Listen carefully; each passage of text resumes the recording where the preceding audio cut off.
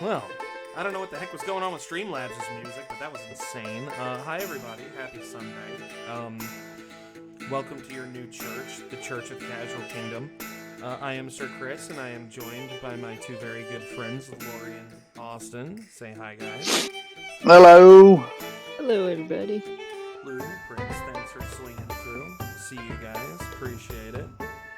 To anybody out there that's lurking, we are picking up right where we left off last week, which is getting a drink. After a long and hard and interesting investigation into some fishy foul play. Tomfoolery, as it were. Tomfoolery that resulted in one death and one near other death. So I don't know if that... I think we've transcended the realm of tomfoolery when you get into murder. Would you say that we're in the danger zone? We've come a long way from that dunking booth, let's say that. Yeah, yes. A long way from the dunking booth. I'm still quite pleased with how well that whole map turned out. I missed the dunking booth. Well, then don't worry, you just survive another year. And then come back to And then come Eldor. back? Chances are, that elf will be back in that dunking booth. He might even remember you. I believe he said he volunteered most years. He does. He 100% does. He secretly loves it. I was gonna say, I think that's what I think he mentioned that, or his buddy or whatever mentioned that or something, that yeah, he takes it in stride, he loves it, it's for the kids and whatnot. Yup. It's the one day a year he gets to turn that smarmy jackassery to a really good cause. Yeah, I'm really glad you didn't start that whole fight off with like him catching an arrow in the dunking booth or something, because that would have fucked up the vibe too hard. Yeah, I wasn't gonna try to harsh the vibes like that, man. I'm not trying to roll in there with the okay, guys. If I'm working, you're working, and we aren't taking any breaks until it's time to leave type shit. It would have worked, but Jesus, that would have been... Of all the people, we were worried enough about Gam Glug Glug and her drunk ass. Who knows what the fuck? She's probably done enough crimes to warrant it. It's probably the reason she's even alive. Well, she was probably half in the bag when that whole thing started. Sorry, I'm gonna retract my statement. That is unfair to our goblinoid favoriting audience sometimes. I was gonna say, not all goblins are that way. Just because they're not all they that are way. goblins does not mean that they are, the criminal element of Pathfinder. Right. Yes, well, that's very much a Dungeons and Dragons type shit, and we don't roll that way around these parts.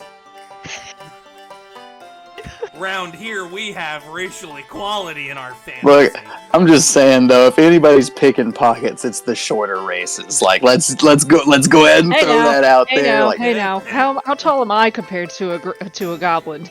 Not much tall. You're what? You're 4.5 or 5, aren't you? No, she's straight 4. I'm 4. Oh, you still got a full half foot on a tall goblin though. Not a hobgoblin, still though. You're not saying a hobbit would be roughly the same size or bigger. You know what? I am. I'm saying they are more likely to pick your pocket because they have easier access. I definitely am. I've traveled. Utaven has traveled. He knows. Rude. Yeah. Rude. I'm casting counter spell on you. You are canceled, sir. It's the bigger races that'll muscle up and fight you. The little guys don't always feel they can do that. Easier to steal. I 100% do not agree. But you are I don't want to cancel you. You are allowed to have your incorrect notions. It is not illegal to be wrong. I'm going to do a recall check on Uteuven's own knowledge. Let me roll real quick. Click. Yeah. Oh, yeah, a 20. Yeah, short people rob him more often. Sounds like he's just hanging out with the wrong short people. Yeah, it sounds like the old man took him to the wrong taverns on the wrong side of town too often. Trying to teach him about the world. I mean, he frequents the midnight snack, so, you know. Yeah, right, I mean, so what are we expecting here? I'm not gonna lie, nothing delighted me more than learning what the midnight snack actually was. To be fair, there's not a huge criminal element there. It's not. Yeah, home is a pretty safe place outside of like some petty theft, some pickpocketing here and there. There isn't really a very large criminal element at all. I was more referring to just the midnight snack and the fact that my mother's husband generally takes care of the undesirable before they. Mm-hmm. Well, I mean, now that you've got like 2 full-ass vampires running the place, it's kind of hard to want to bring trouble to that type of an establishment, Right. Well. I mean, but if we're gonna make generalizations, you would think the criminal element would be there, if anywhere. And maybe that's the mistake that some people make. Maybe that's the last mistake that some people make. Fair point. Well, we are at the midnight snack. We're gonna, I think Lamb. Yeah, we're not at the midnight snack. Sorry. We haven't traveled 1,000 miles north. Teleport. Yeah. Wow. Is it 1,000 or 500? It might be 500. I kind of purposefully made things on Theranor roughly like all the major things, like multiples of 500. Oh, so Theranor is the size of Texas. Got it. Understood. Everything makes sense now. Theranor is Theranor is the size of Texas, but it's spread out kind of like Montana. I've got a map with a key. So that's 500 miles right there. If we count all the way from East Horn, 1, 2, 3, 4, 5. It's 2,500 miles across east to west. And Well, it's still only like a month's journey, though, right? 2, 3, 4, 4.5. So that's like 12,500 miles tall. Because what do you think? Like a horse at trot was that 20 miles an hour, or a light gallop? I mean, yeah, you can travel across it in a month if you've got a good gauge, sure. And like there are multiple different means of getting across there, there are any number of unmapped rivers that travel north and south and east. Right, you can take a ferry or something, or even get a traveling balloon or something. Right. Lessen the time. Going right across the center, then you can literally take a ship from one coast of God's Heart depths to the other. Right. And I'll cut that in half, I assume. Right. Or more. Like, because at that point, there's, the wind mages. You're definitely doing more than 50 miles a day, for sure. Yeah, 100%. 100%. Sorry, you said like a air balloon, and all I could think of was like I'm probably the only one that watches Archer, but it's a rigid airship. I've seen every episode of Archer. We've talked about this multiple times. So you know exactly what I'm talking about. I know exactly. The airship. Zeppelin episode. Yes, I know exactly what you're talking about. For the last time, it's not helium. You can't fire that gun in here. We'll all die. Yeah.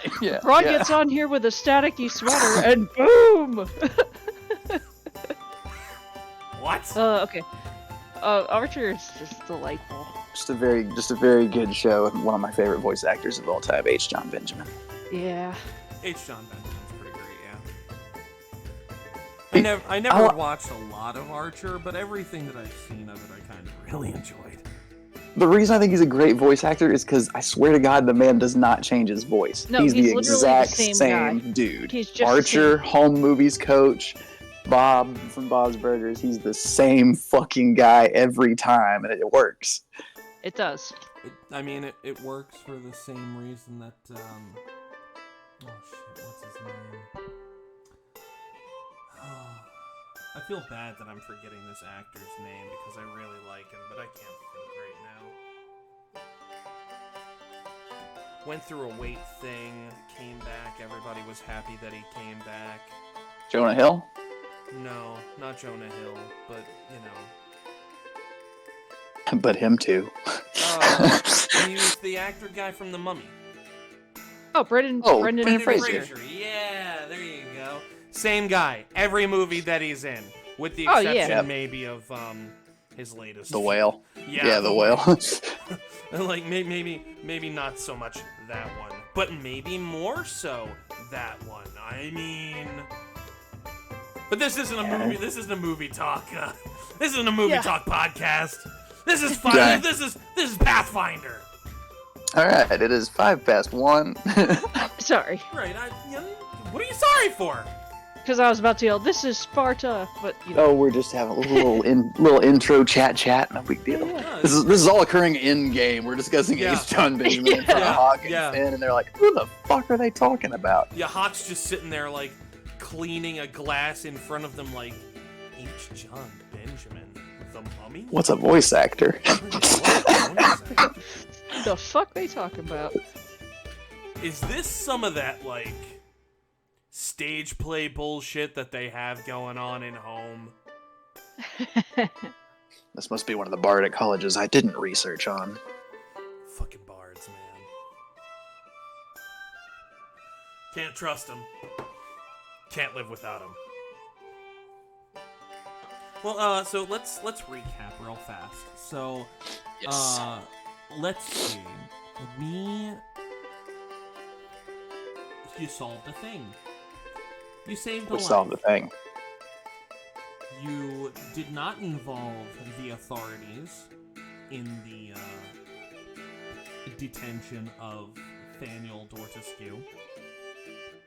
Nope.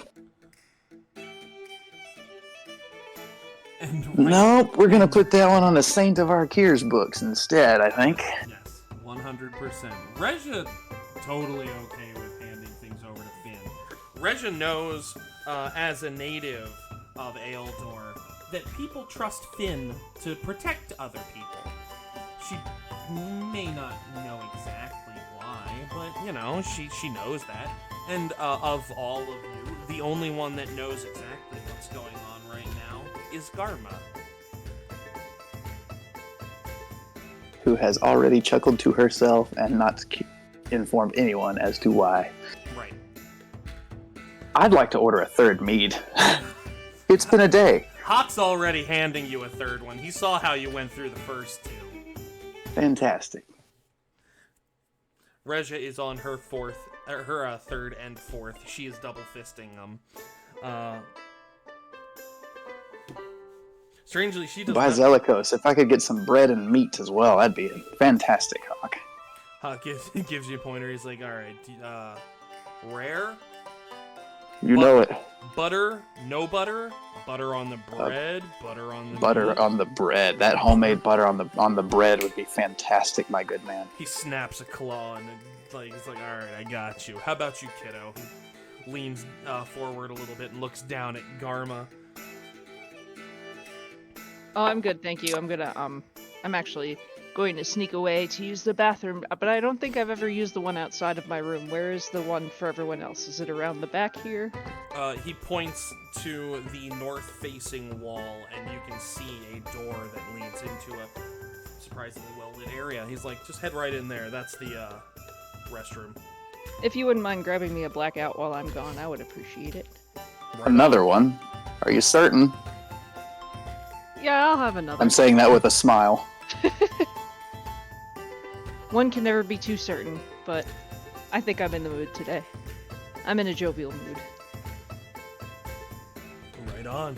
Sure thing.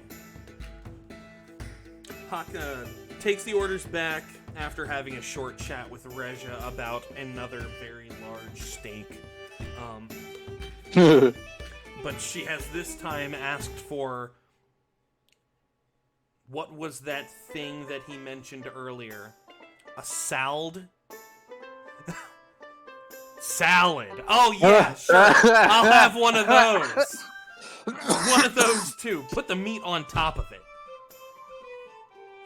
Hawk's like, okay. So, Garma, I assume you are stepping away. Yep. Then, as stated. The place is absolutely crowded, and it is very easy to get lost in this crowd. People are singing, people are shouting. There are no fewer than 2 different dance battles taking place in different corners of this gargantuan establishment, one on a tabletop, between gnomes. Fantastic. This is what the Night of Defiance should have been from night 1. An absolute, just festival of celebration and life. Where do you go? If you're looking for a full layout of the place, I might be able to help you out with that.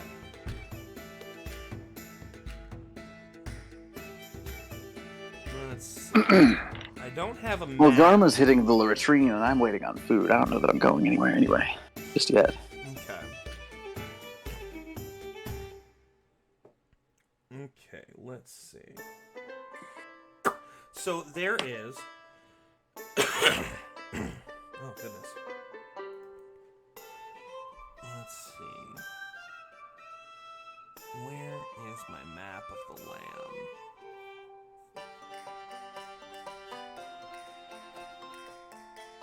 That's my splash art of the lamb.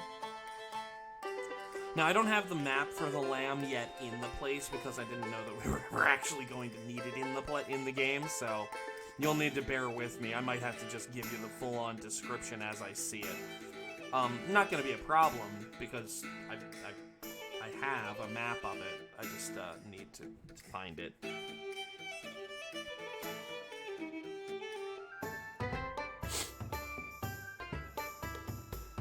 Might have to open this other program. Did I not save that? I thought I saved it. Guess I didn't.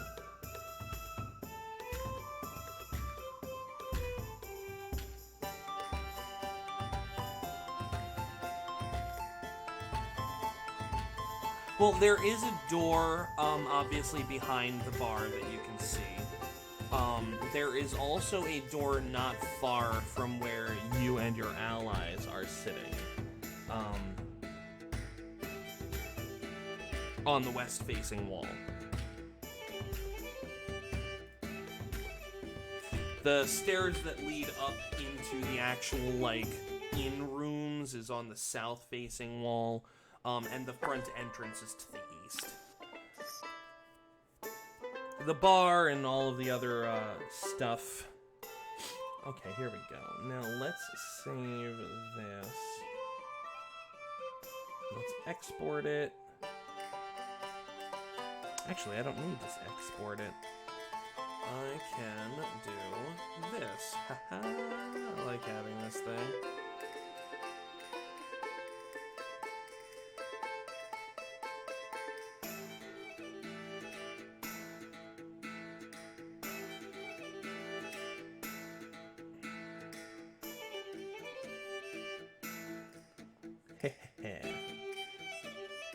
I'm very happy about this. Copy. I'm going to paste this in the...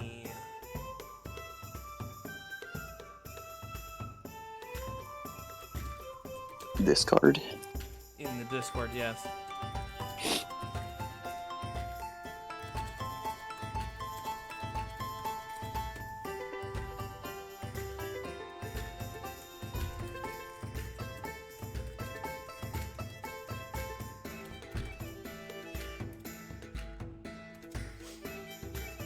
Discord. Here we go. So this is in-game notes. You can see there is the... I was working on making the map for the for the lamb. That is the front of the lamb and the actual interior. To give you an idea, not to scale, obviously this place is massive, but that gives you an idea. The doorway on the north wall that leads into what you can see as a gray area with some bins. That is the restroom. So, Lori, if you are going to be covering your tracks to go in that direction, doing whatever it is that you want to do using the loo as it is, you will be headed over there first. So I'm just want to make sure I understand. That's to the upper right there. Yes. Okay, perfect. Now, if you are not going, And we're sitting at the bar opposite corner. no, south. you are sitting with your on the corner there with your backs to the bathroom wall. Gotcha. So there's a door on that left-hand wall right there, not far from you. Okay, in that case specifically, I'm sitting at that middle spot at the corner The itself. one on the corner itself. Okay, awesome. That's great. Now, Lori, if you are headed over there, there's nothing to do. But if you are not headed over there, then fill me in and let me know which direction exactly you do try to go. I'm heading toward where our friend Faniel is being kept.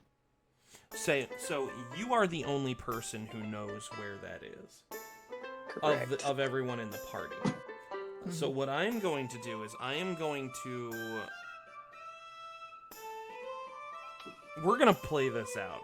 Inhumane, give me a handful of minutes, because I think this is gonna be fun. Let me export the full image then. Yeah, I'm all for fun. I've got time. I did schedule my Sunday around this. So. Hey, so did I. You know, my whole list of nothing I was doing today. Not to lessen the experience, I just try to keep Sundays free, because fuck everything. So, Lori, you know that it is somewhere in the back area, behind the bar, or through that door. You're not entirely sure how you know, but you know. That is 100% the direction you need to go in. As long as you didn't cast Find Corpse and figure it out that way, I think everything will be okay.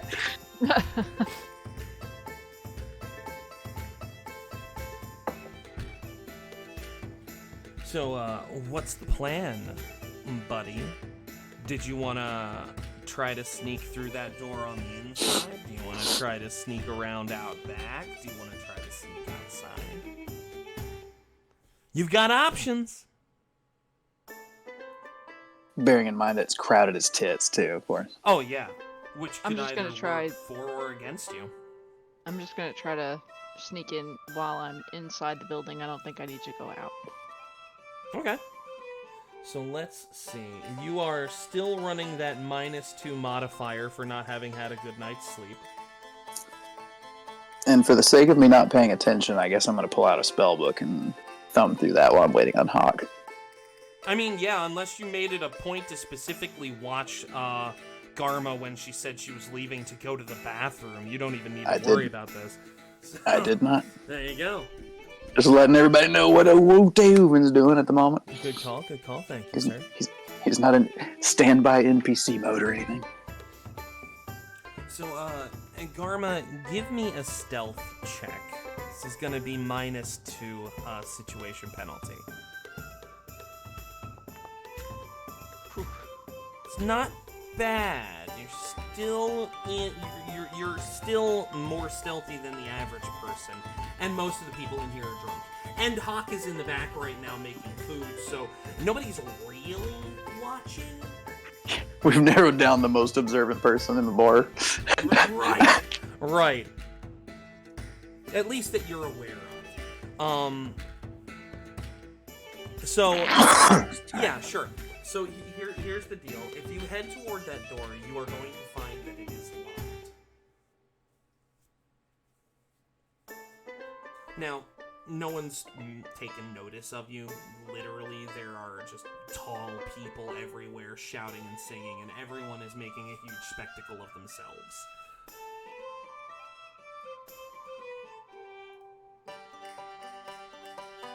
For all intents and purposes, right now, it appears that you are unseen.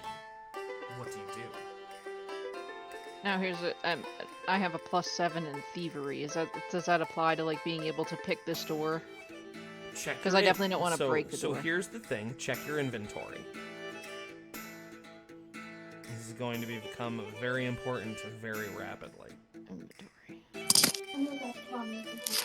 I would like to direct your attention to your backpack. Where are your thieves' tools? You 100% should have thieves' tools. I do not see them. I don't either. Well, if you don't have thieves' tools, that's one strange to me. Because I'm almost certain that I remember putting a set of thieves' tools in your inventory. Might have forgot to save. I might have. So what we're gonna do is I'm gonna solve that real fast.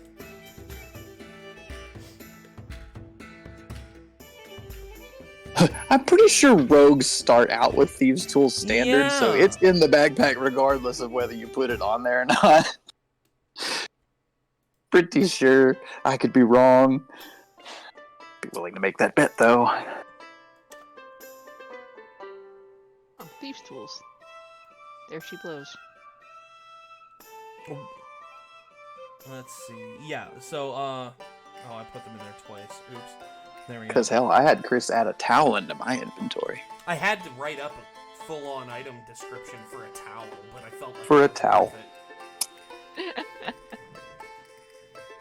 Gonna hit it with that hashtag worth it. Alright, so here's the thing, Lori, when it comes to picking locks, right?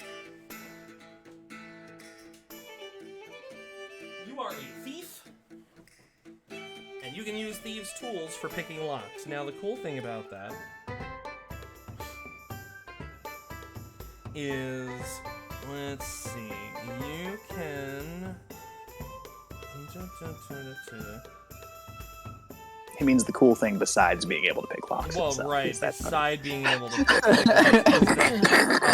that will, I believe, allow you to use your thievery. The thieves' tools allow you to use your thievery ability. Your Right, thievery I'm thinking- proficiency to it. Because it wouldn't be deception. I don't think it would be survival. So yeah, I'm gonna say thievery on that one. So go ahead and give me a thievery roll. That's a really good roll. Say that was better. Okay, so it doesn't take you long. It's a fairly simple, if very sturdy, tumbler lock.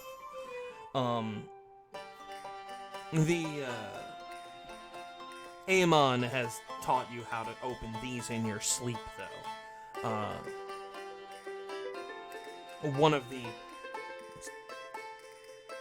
One of the skills that have come in surprisingly useful for a funerary rites director. How often has it been that some folks just aren't really willing to part with their dearly departed? But that's a talk for another day. Yeah. You crack the door open and find a far less crowded, but still very busy back room. You catch sight of Hawk in another room to the south, through a walkway. As he's walking past, you can see he's holding two very large cuts of meat on plates. The smell of meat and blood and food and soup all coming through that walkway. In the walkway area, you can see large barrels. In the room that you are in, you can see, let's see. Sorry, give me just a second. I'm still finding things. Yes. There is a massive barrel standing upright to your immediate left. Another small employee restroom to your right. A large metal ice box in the far left corner. A few stacked barrels next to the walkway doorway that you can kind of hear Hawk humming through, and another room in the right corner. That room there are no windows into it. It has only one door, and that door is made of iron.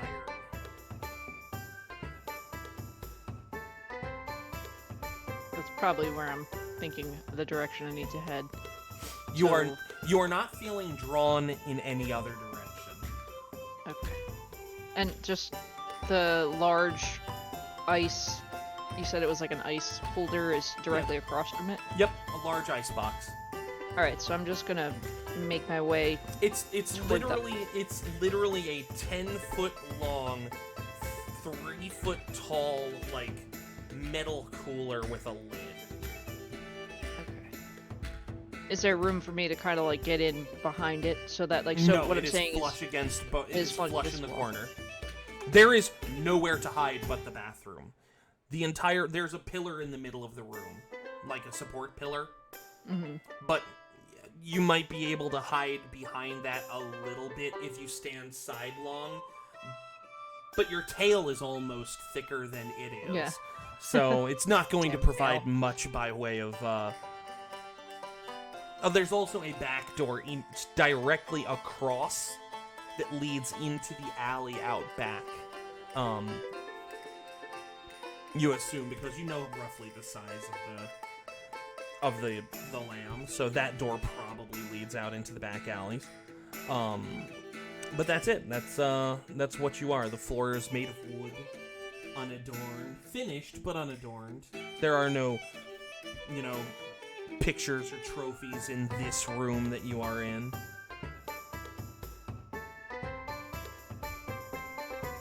So far I'm unnoticed in this hallway, and you're saying that Hawk is to my right. Like Hawk down is, in the yes. room to In the right. fact, what I can do is I can do this. Again, I would like to direct your attention to the Discord.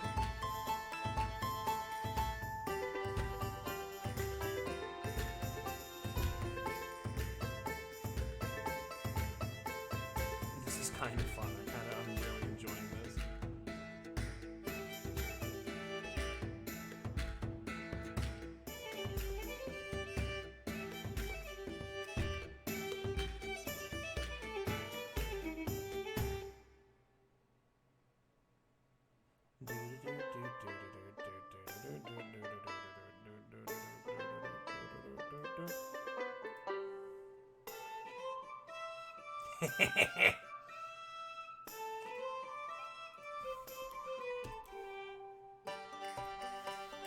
Okay.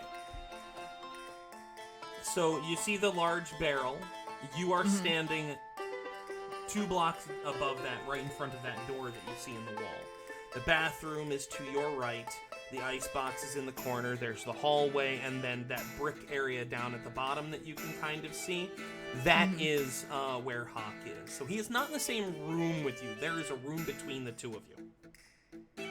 Okay, and the room I need to go to is Blacked off. But I did leave the door available for you to see, kind of, right there. It's the... so I am the barrel that's kind of like long ways. That's where I am right now, right? Not the one that's standing straight up. No, there's a small cabinet right next to you.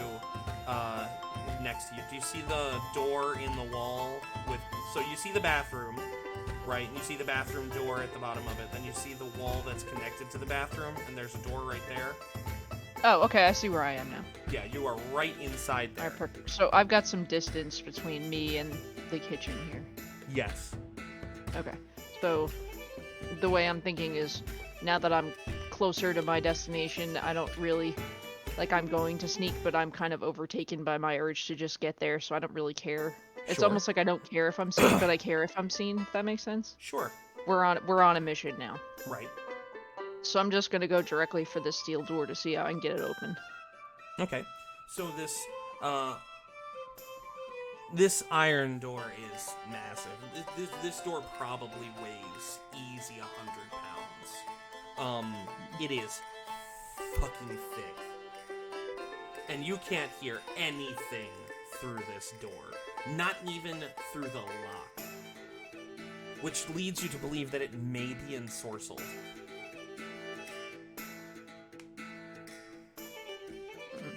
But give me a roll. Maybe it's not. Maybe it's just really thick. Maybe there's nothing going on in there. Perception.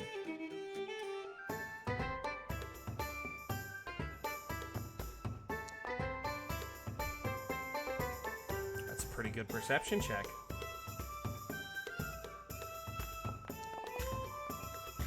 So, here's the deal. On an 18, if it is magical, right? If it is magical, you can't tell.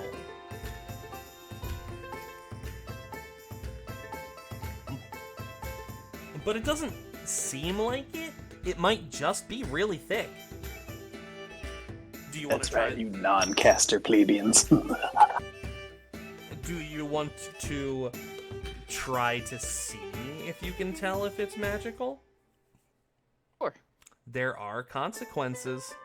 Oh. Can I try to pick this before I go that route? Or is this an unpickable door? Try it. Absolutely, give it a shot.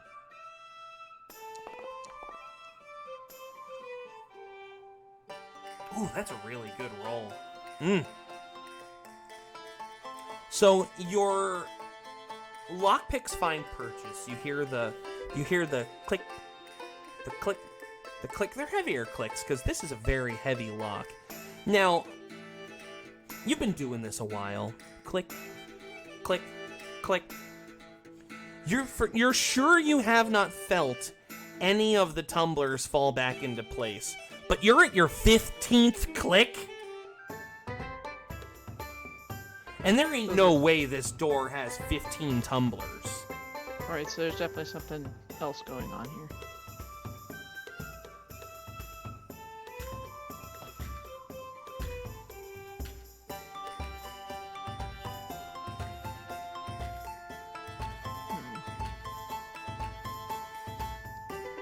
Still can't hear anything inside either. No.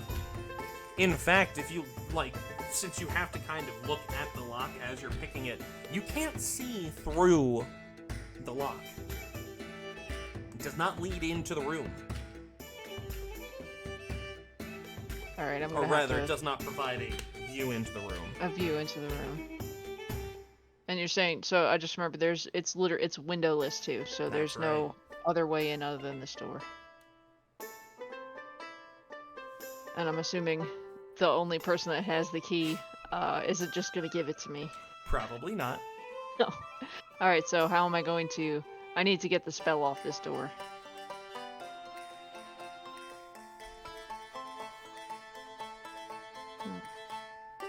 I need you to give me...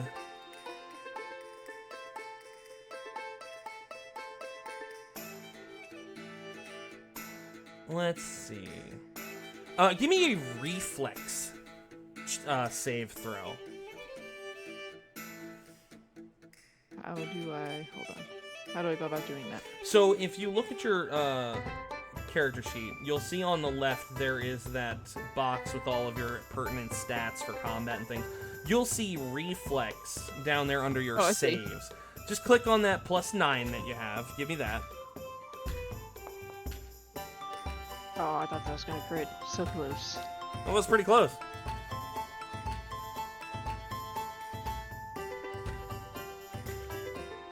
You sense the movement more than actually feel or hear it.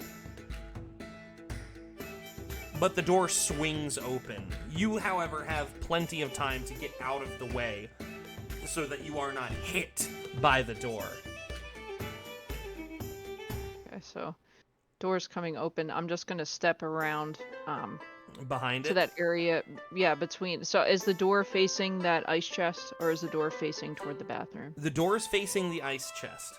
Okay, so I'm just gonna dip. It looks like there's a little alcove between the bathroom and that room. So I'm just gonna kind of swing around and just kind of flatten myself against that wall and wait for whomever opened the door. Absolutely. Give me a stealth check for that. -2. so that whoever's opening that door does not sense you. Oh, I'm getting sweaty. Oh no. Oh boy. Okay. Well, this is why we roll the dice, baby. As the klaxons begin to sound. At first, you hear Finn. Hey, Hawk! I need the meat tender. The door whips closed, and around the corner, Finn turns, fists raised and ready when she sees you. Oh, hey, Finn, I was looking for the bathroom. I think I took a wrong turn. She does not look happy. In fact, she looks like a butcher. Her outfit is smattered with blood. Her hands are coated in it. And there is something strange and reptilian in her eyes that you have not seen there before, even during the night of defiance when you watched her beat a man to death.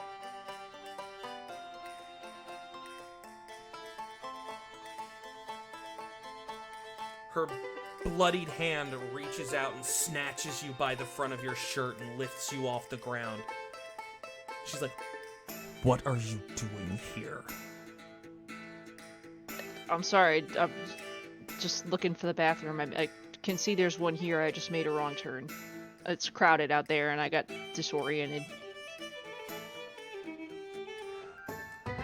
One heartbeat.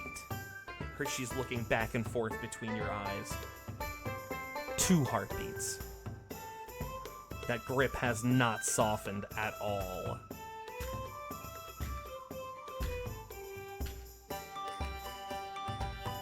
I need you to give me a will save, -2, against Finn's intimidation check. Tell me what the fuck you're doing here. Oh my God.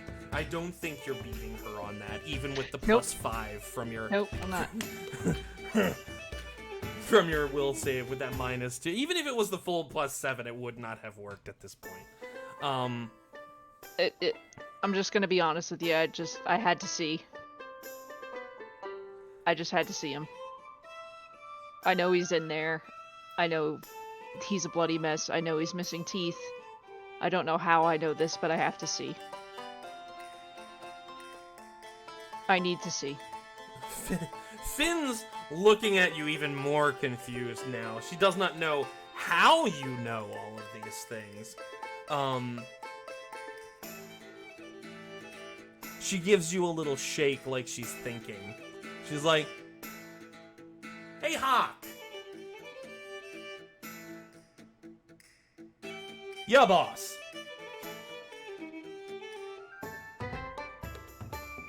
"Didn't we hire somebody to solve a pest problem a while ago?" "Yeah, boss." "Find him and get my money back." "What's wrong, boss?" "I'm not sure how, but this little punk," she turns and starts walking you towards the kitchen, holding you off the ground. "This little punk knows what's happening in my office." Hawk turns around like, "This little punk? Oh. What's the kid doing in here?" She sets you down kind of forcibly and pushes you into the kitchen with Hawk, who, like, basically stabilizes you by grabbing you by the shoulders. He's like, "Caught her snooping around, and for some reason, she knows what's going on in my office." "Ah." Hawk pats your shoulders. He's like, "Yeah, that's a bad call. Yeah, he said that room should be scribe-proof." "Well, I'll go get your money back in a little bit, boss. What do you want me to do with, the kid here? Finn grabs a towel from the wall nearby and starts wiping off her hands. She's like, well, one, just hold on to her, because she and I are going to have a talk here in a minute.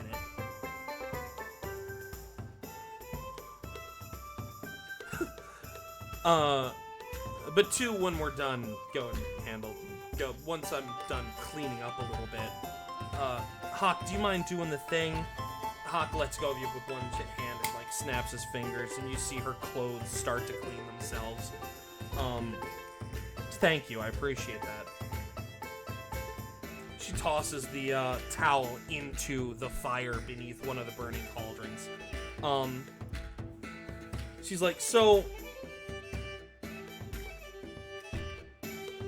You're gonna have to forgive me for not using my usual cordial tone. But you're gonna forget everything that you saw back here. She's looking right at you, Garma. She kind of scratches the floor a little bit with her dragon-clawed feet. Takes another cigar out from her pouch, lights it with that same lighter that she gave to that she lit Ute Uven's pipe with. So you're gonna forget everything you saw back here. Flicks it shut, puts it back. Because if you don't forget what you saw back here, I'm going to make sure that everyone in Theranor forgets that you existed. And this isn't personal, I need you to understand, but business here works because people don't know that business here works. Are we on the same page? Am I getting through?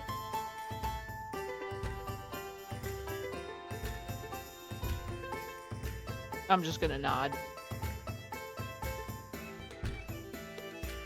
Hawk gives your shoulder another pat. She's like, see, she's a smart kid. You don't have to worry about her. Finn kind of looks at him annoyed, but sighs. Takes a deep drag of her cigar and then blows the smoke above your head, incidentally into Hawk's face.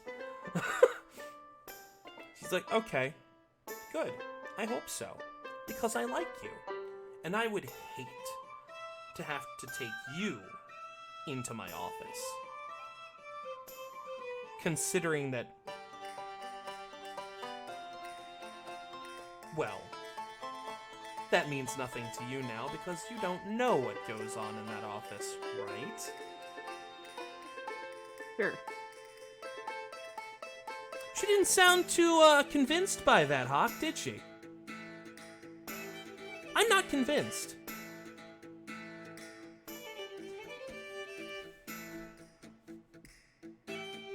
Garma, come on now. I'm trying to play ball with you here.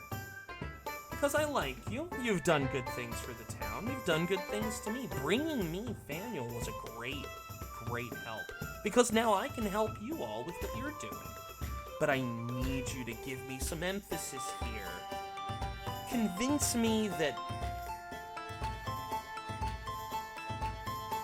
letting you go is the right choice. Just give me a yeah, boss.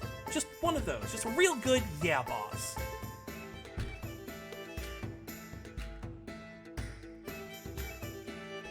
I don't call anybody boss. But you do have my word. I'm not going to repeat anything. But I've lived my life, and I'm not going to live it under the boot of somebody else. So I will agree with you that I won't repeat it for both of our sakes. But you're not my boss. No one's my boss. Finn is just pinching the bridge of her nose. She's like, you're taking this way too seriously with the boss thing. But fine, I'm okay. As long as we're on the same page, that's fine. I still don't understand why you just won't let me see him. Come on, Hawk. Huck, like, releases your shoulders. He's like, go on, follow the boss. Finn turns. She's puffing away at her cigar. She's like, fine, you want to see him. Leads you back through that barrel storage room up to the other room. See her reach. She holds a stogie in her teeth, reaches into her shirt, takes out a very strange-looking key. It does not look deep enough to. There's maybe only like a handful of spokes on it. It's iron, gold. You're not dancing too well out there, are you, sir? Oh, jeez. At this point, Tay might be thinking that things have been you've been gone for a while. Oh, he has joined in the gnomes dance competition. That is delightful. With a 1 as my roll. Hey, you know, at this point, it's kind of a competition to see who can dance the worst. So, so you're actually winning. No, that's perfect. Yeah, shortcut from all of this to Tay absolutely flooring himself on a table, just like covered in mead. Reg just like cheering him on from the side. Yeah, my coat's on the bar stool, my hat, bag, staff, they're all by the bar stool. Right? Cat is like trying to surreptitiously like sneak towards this other patron's glass, but just can't quite make it.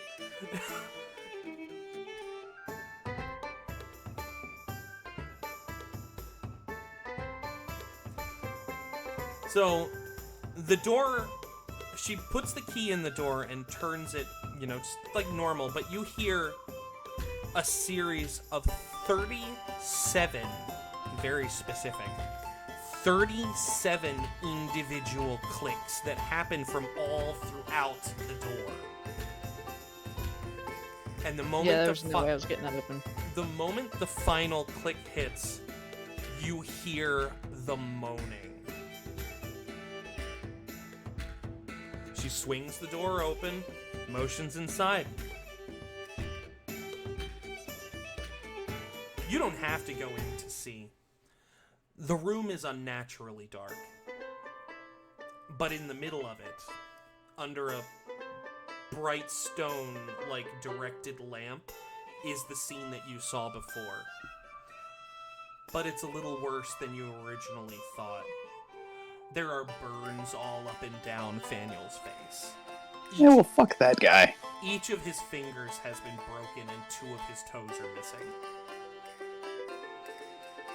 Whole portions of his hair have been ripped out. Lacerations, bruises, burns up and down just about every inch of him. Well, this doesn't match my alignment, but I'm having a hard time caring. Right! But I know, but... Yeah. Like, Tay doesn't know, but Austin knows, and Austin's cool with this. Austin thinks if it wasn't Finn, it would have been somebody else within a couple of months anyway with his attitude, right. So... This would have happened in prison, probably. Oh, worse in prison. Fuck. I would have mentioned the kid thing as soon as we locked him in. So... Finn's just standing there, like, he's wheezing and moaning and shaking, and that's all. His eyes are swollen shut. Well, his eye is swollen shut. On the table in front of him, you can see the other one.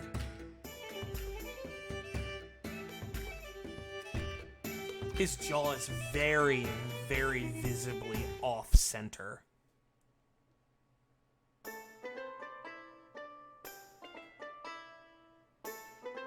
Finn puffs a few times and looks at you. Satisfied?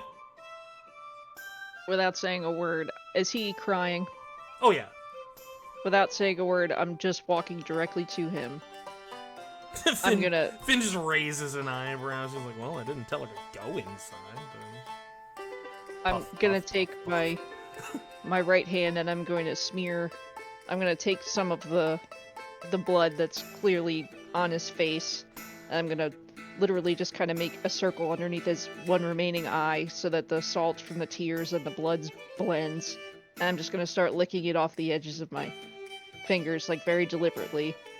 As soon as you touch him, he recoils and whimpers.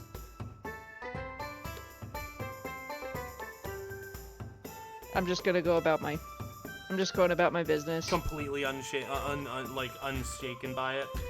Yep. I don't even You care. can do it! Cut his fucking head off! Oh, sorry. And then I'm gonna bend down and collect some of the teeth that I noticed on the floor. And I'm just gonna start moving them around in my hand like they're clicking. And I'm enjoying the clicking. The sound of them clicking back and forth in my hands. And I'm just kind of listening to him cry a little bit for a little while. I'm not saying anything. I'm just playing with the loose teeth on the floor. About 20 seconds will pass while you're just sitting there reveling in this man's ill fortune before Finn's like, look, do I need to charge you admission for this? Are you like getting off on this or something? Because like if I can make some gold on this, I will. So I'm gonna spin like my head back toward her, and my pupils are very clearly like almost like a predatory look, like they're narrowed now. Sure. Mm-hmm. And the hair, my hackles are up because she's interrupted me. And I don't say a word, but I am like seething angry, and I clench my fist down on the teeth, and I just take my fist and just go as hard as I can and punch Thaniel in his broken jaw as hard as I possibly can. Oh. Sure, roll me an unarmed attack. At like what? Super advantage, though. I'm guessing he's tied up and everything else, right? Oh yeah, there's no -2 penalty. Oh yeah, that hits. Roll me some damage. Fuck that guy. He is prone, so this is technically critical. So let's see, that's gonna be 8 from doubling. You punch him. His head rocks back, rocks forward, and all movement stops. And then when I'm through, I take the bottom half of his jaw that you said is off center, and I pry it down. I literally. Okay. If it's still attached, I'm is. prying it down, and I can see there's still some teeth in there, and I go in there with my hands, and I just take hold of a tooth, and I just rip it out. I'm trying to pull this thing out. Yep, I'm just ripping it out, and I put the tooth in my pouch pocket, and I turn back toward Finn, and I just walk out, I brush, like, almost slam past her without saying a word. You're the one that bounces, not her. Get what you need, kid? She shuts the door after you leave. She is unflappable, that one. Finn, yeah. Fighting Finn. Fighting Finn. Yeah. It wasn't Madam Finn. Nope, it's not Barkeep Finn. It's not Missy it's Finn. Fighting Finn. So at this point, I'm just gonna go back, and I can see I'm gonna leave that area, and I can see I'm gonna push through the crowd to just get back to take my seat at the bar, as though like business as usual, and I see my drink is there, and I'm just gonna go about my day. Wait. Did you wipe that shit on you? Is there blood on you right now because of that? On her hands. Yeah.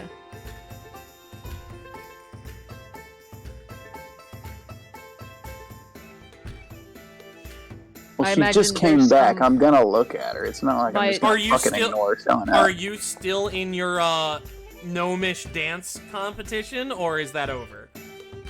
Oh, I mean, I guess that depends on how much time has gone by. But with a 1, I figured I gave up after that, honestly. I mean, well, like I said, remember, it was really more of a competition to see who can dance the worst, so technically you were winning. In that case, I'll take my money and go sit back down. That's a good idea. Add 5 Nice. gold to your inventory, my friend. Fuck yeah. Both of the gnomes, Flip and Flop, have told you that they have never seen a tall dance quite so bad or worse than a small. So, they both gave you 2, and Regia gave you 1 for making her laugh. Word. So in the full span of things, they have my introduction and name and everything else, just for the record. So those two guys know who the hell I am. The gnomes flip and flop of a flapjack house on the north side. Now both have your business card. They do indeed. Until it fades away. Until it fades away. But then it'll be locked in their memory. Who could forget? And now I'll go discuss the finer points of braiding elvish hair with Regia. At which point Regia's just like, look, I'm just glad I don't have hair. It looks like way too much trouble. Like, what if somebody grabs it while you're in a fight? Well, you might lose some hair. I've definitely had a braid yanked out before in the past by a very, very persistent kobold, but he got his, so... I guess it's not that much different from someone grabbing you by the horn. Oh, no, it's just as bad. My friend John Rowe will tell you that. It's quite irritating. John Rowe? He's a tiefling in home. Quite the little cook. Gotcha, yeah, they do. Okay. Alright, well, I guess... Still having to wash it and style it. And, like, doesn't it just get all over you while you sleep? Well, now you know I have mine cut the way I do. Well, that's fair. How old are you anyway, Regia? Oh, 97. Oh, I'm almost as old as you are. At this point. I mean, I'm still young by my racist standards, but... Oh, of course. You find it trouble making human friends at all?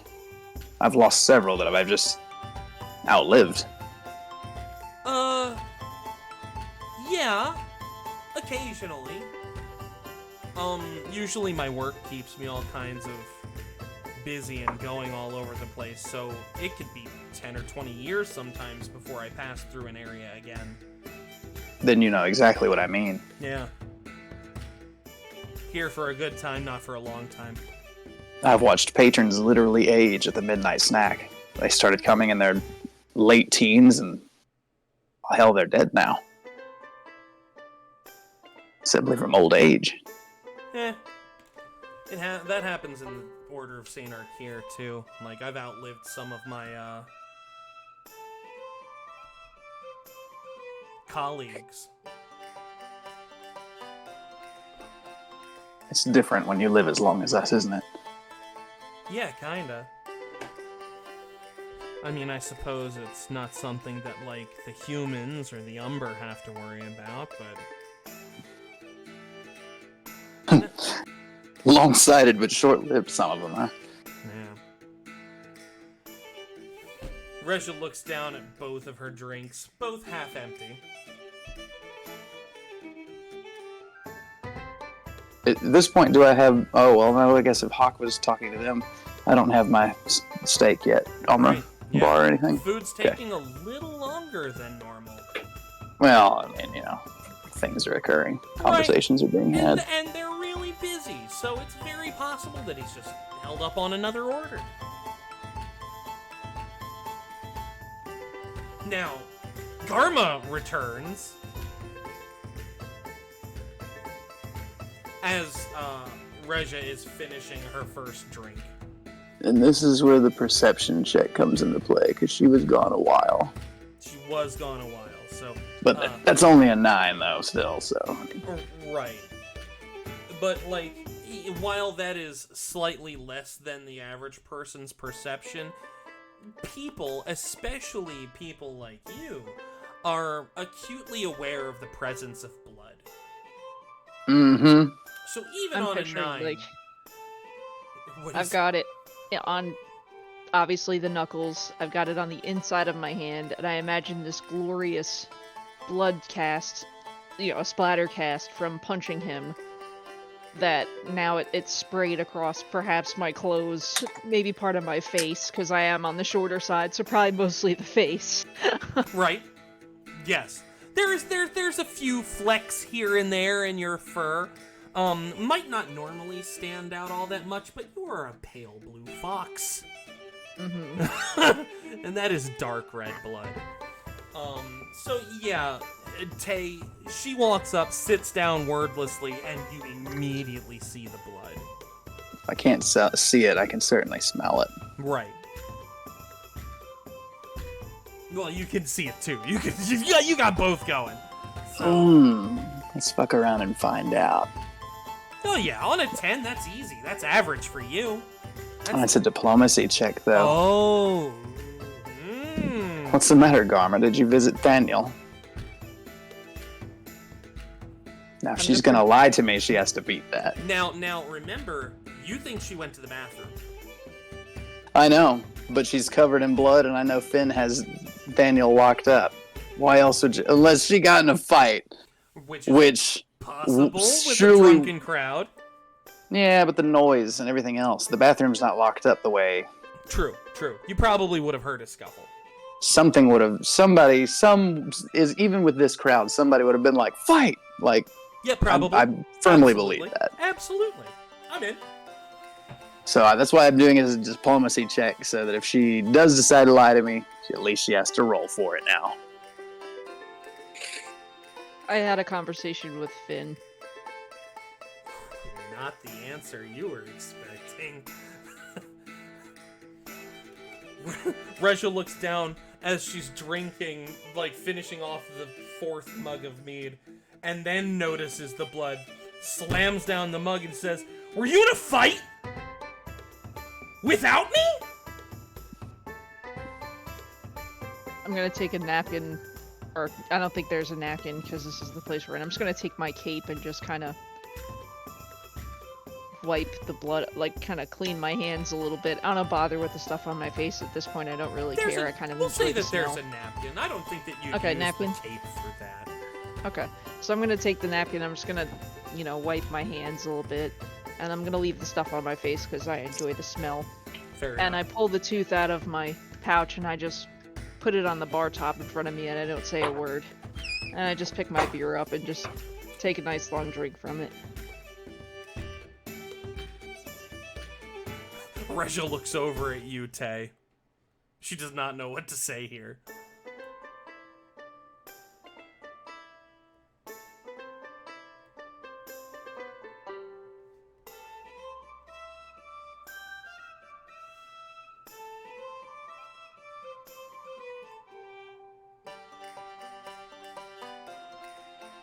I'm going to cast Prestidigitation on Garma and clean that up, because I will go crazy if I don't.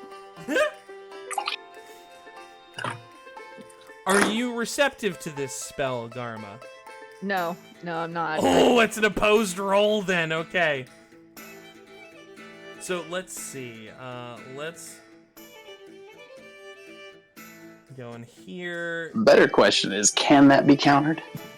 Any spell cast on a person, if it is not immediately receptive, is resisted at the spell DC, which is 16. So, Garma, give me a will saving roll. You have to beat a 16, so you have to roll 9 or higher. You definitely did. The spell starts to weave, but she waves her hand and growls, and the spell effect fizzles. Come on, stop that. You don't know what it'll cause me.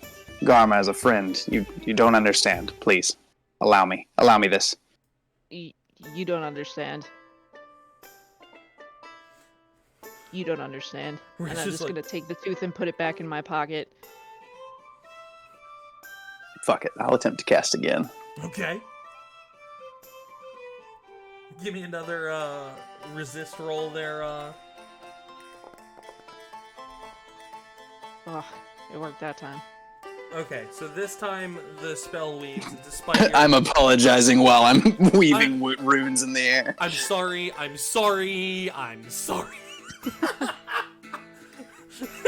Yes. Despite your best efforts there, Garma, the blood does dissipate. Sublimates into the aether. I'm gonna lean in and whisper, "Sorry, dear, but they kill my kind when we lose control." Control of what exactly? Do you think you control me? No, I mean lose control of my hunger. I don't think you have any idea of hunger. I don't think you have any idea at all. And at that, I'm just gonna push away from the bar and make my way outside. I'm gonna turn to Regia. She's going to have to get over it, unfortunately. Or we'll have to learn to work around it. Regia's like watching Garma go, and she's like,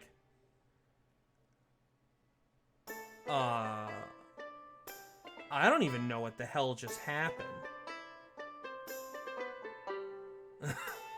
Like, I thought Excellent. you liked. Where's I your thought you uncle? liked blood.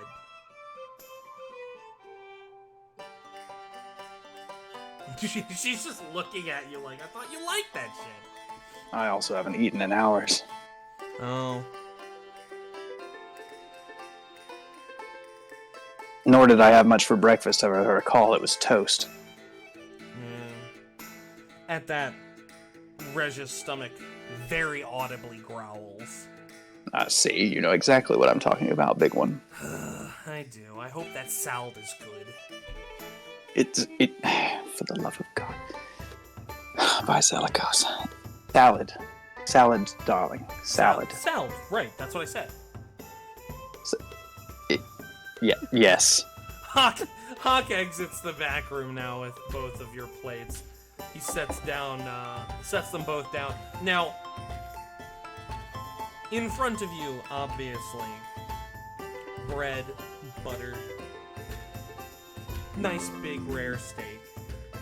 In front of Regia, a bowl as big as your torso, full of rough chopped veggies, a large sliced rare steak on top, croutons, that sort of thing. She's like, "This is a salad?" All right, damn it. I'm gonna prestige up what looks like a flashcard that says salad and has both the Elven and common pronunciations underneath it. Hawk's like, "Yeah, This kid, that's..." Huh? salad, Regia. She looks over at you and she bats the cards down. She's like, "I don't give a shit about that. Look at this salad. It's delicious looking. I didn't know that you could make vegetables delicious by putting meat on them." You're 97 and you've never had a... Never mind. And I thought I was sheltered. At least I had good food. I've had plenty of good food. There are 96... Never a salad? No, I don't eat salad. Are you kidding? I eat meat. I love Zelikos. Hawk, can I get yet another mead? How about 2 for each of you? And For the love of God. Yes, ma'am. Please. Regia is already... Now, there is a fork next to her, but fuck that. She is hands in on this salad, grabbing just claw loads of vegetables and steak and shoveling them into her mouth. Just smacking. Oh, great! Now this is how you eat vegetables! Woman, you eat like one of those in the Brotherhood of Culinary Arts that hasn't been fed in a month.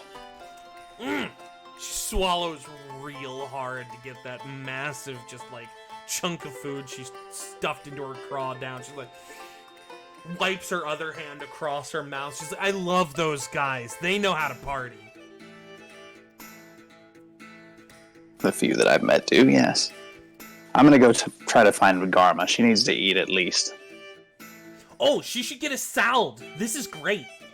Yes, I'll tell her to get a salad. She gives you a thumbs up and then returns to eating. She's red, right? Red colored. Uh-huh. As I'm walking away, I'm like, you goofy red-scaled fuck. Her thick-ass tail is just swishing back and forth. She literally knocks one dwarf over with it as she's just eating this salad. He gets up and he's about to say something, but then he sees her. She's literally 3 of him. I'm gonna pat him on the shoulder and just nod knowingly, and then head to try to find Garma in the crowd. So Garma, as they were having their discussion, you stepped outside, I'm guessing. Yes. The street is literally jam-packed. The main road outside of the Lamb is just revelers shoulder to shoulder. There are criers here and there, some songs are being sung. It's a party. It's magical Mardi Gras. Right. Going anywhere in particular? Or are you just wandering? I'm literally, I'm wandering. I'm irrationally angry, so I'm just trying to calm myself down. Gotcha. So, irrationally angry. Let's see. I'm pulling up my map of the city. There we are. So, the Lamb leads out into the 6th Street Plaza, the 6th Street Market. There are all kinds of places around, even in the midst of the revelers gathered around the central fountain. You can hear the clanging from the south side of the market, of the forge. On the stage, you can see there's a band playing music. God damn it. Damn. Well, that check was to see if I could spot the dunking booth when I get outside, just to confirm if it was still going. Oh, it's still... But I mean, you know where that is. You don't really need a perception check for that. And it still seems to be going. There is a long-ass line of people just ready to dunk this dude. And you can even see him. He looks pretty wet. Looks like some people's aim have improved. Nice. In that case, I will attempt to find Garma and try to convince her to at least do the dunking booth with me and then come grab some food. We need to eat. We've been out and about. We've been running. We've been doing a lot. Fair enough. She can be angry all she wants, but it's healthy to eat something. Right, it's easier to be angry when you have the energy to be angry. Right. And you get that by eating. So that's what I'm doing. Alright. Garma, I am assuming that you are just mad walking and not, like, actively trying to hide yourself, right? No. Okay. So I'm not hard to spot. But actually, because you are incredibly hard to spot. Because I'm 4 feet you are tall. 4 Yep. feet tall. And in a literal asses to elbows celebration crowd. So, and you're not the only one that looks exotic around here. Right, yeah, you're not the only Umber. There are Loperine around. You've got, like, rabbit people. There are snake people. There are tieflings. There are Vitsok all over the place. Literally an entire population of people who hit random on the character creator and said save. Yeah. So... Similar fashions because of where they live, but aside from that... Right.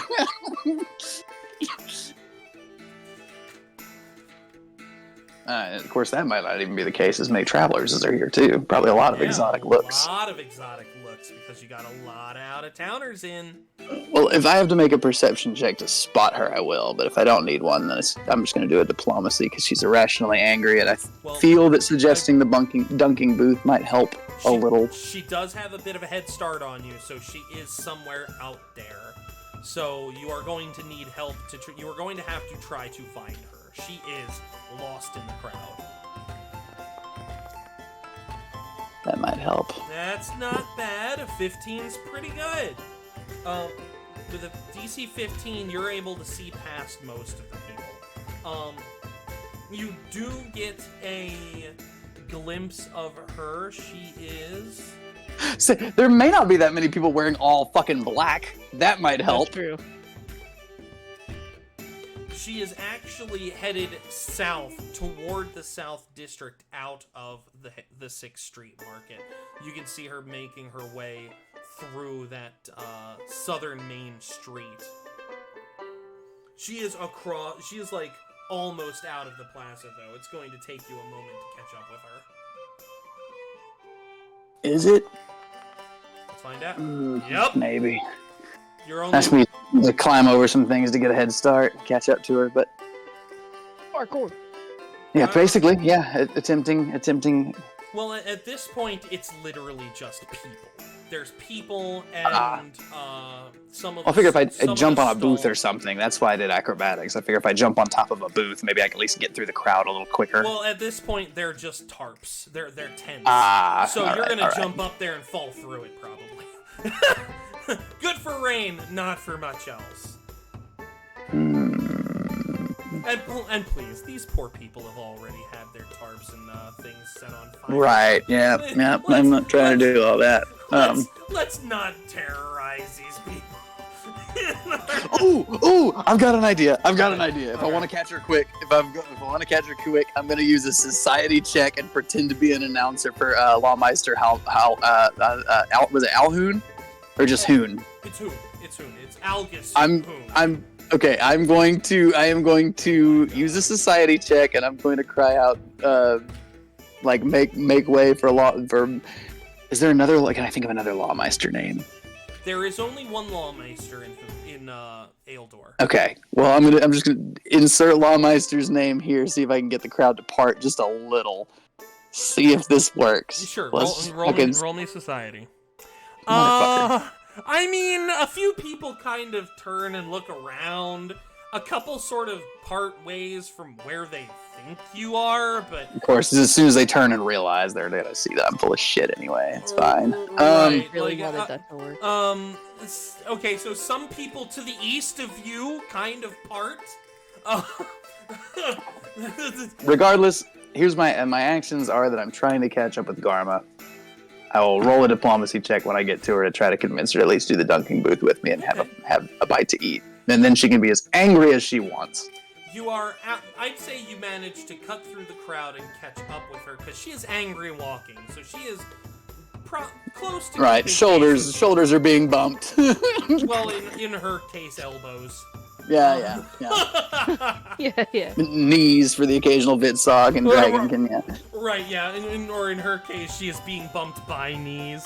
Fuck you! I'm gonna try to convince you that you can be as angry as you want, but let's at least get some food in our bellies before we continue on.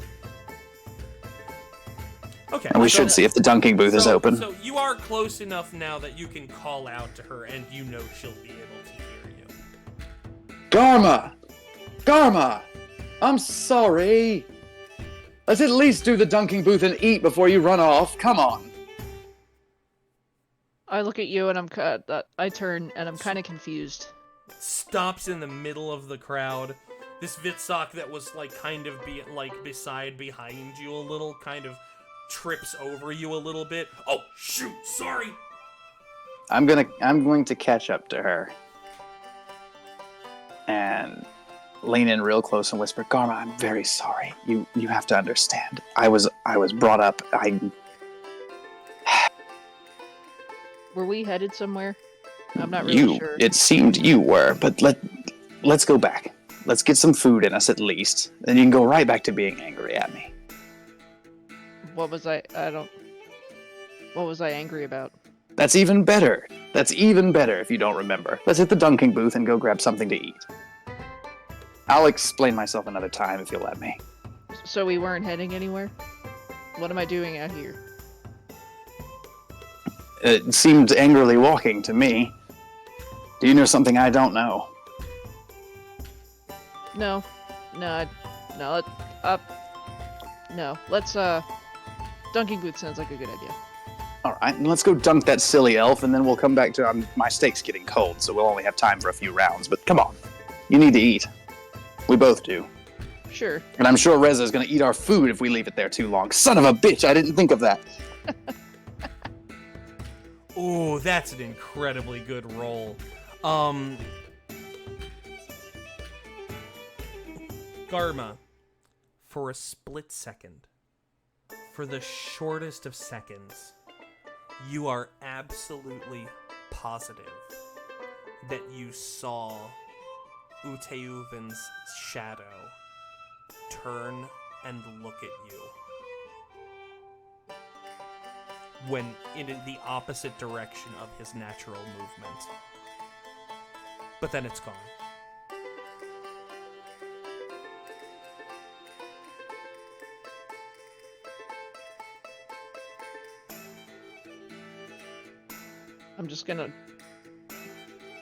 I'm incredibly confused by what I'm doing in the street, but why everyone thinks I'm angry. Shadows are looking at me strangely. I'm just gonna follow behind him and go to the dunking booth and... Yeah. There is probably a 5-minute wait, because people at this point are just rolling up to this guy. He's like, your mother was a marmok.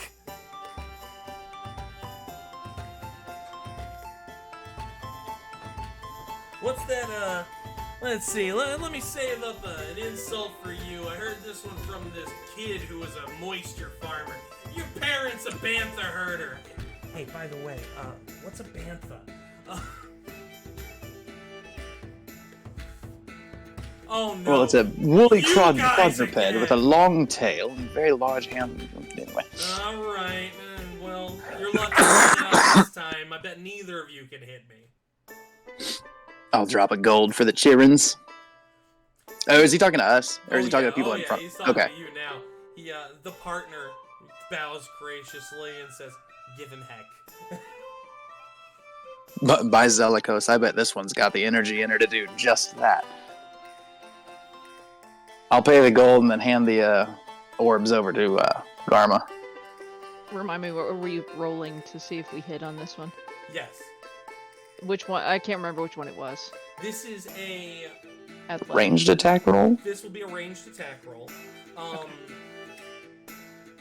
Yeah, just give me a ranged attack roll. That'll be fine. I don't remember what we used either, honestly. I was just... Yeah, I can't remember. So is that like, what would be? I'm sorry, what would that be? So I'm in my Let's attack see. thing. So I'm gonna say... Is that like I'm unarmed? Well, your Yeah. ridiculous dexterity bonus is going to come into play, so there's that. Yeah, just give me a standard unarmed attack roll. We'll just make it range. And what's that gonna be?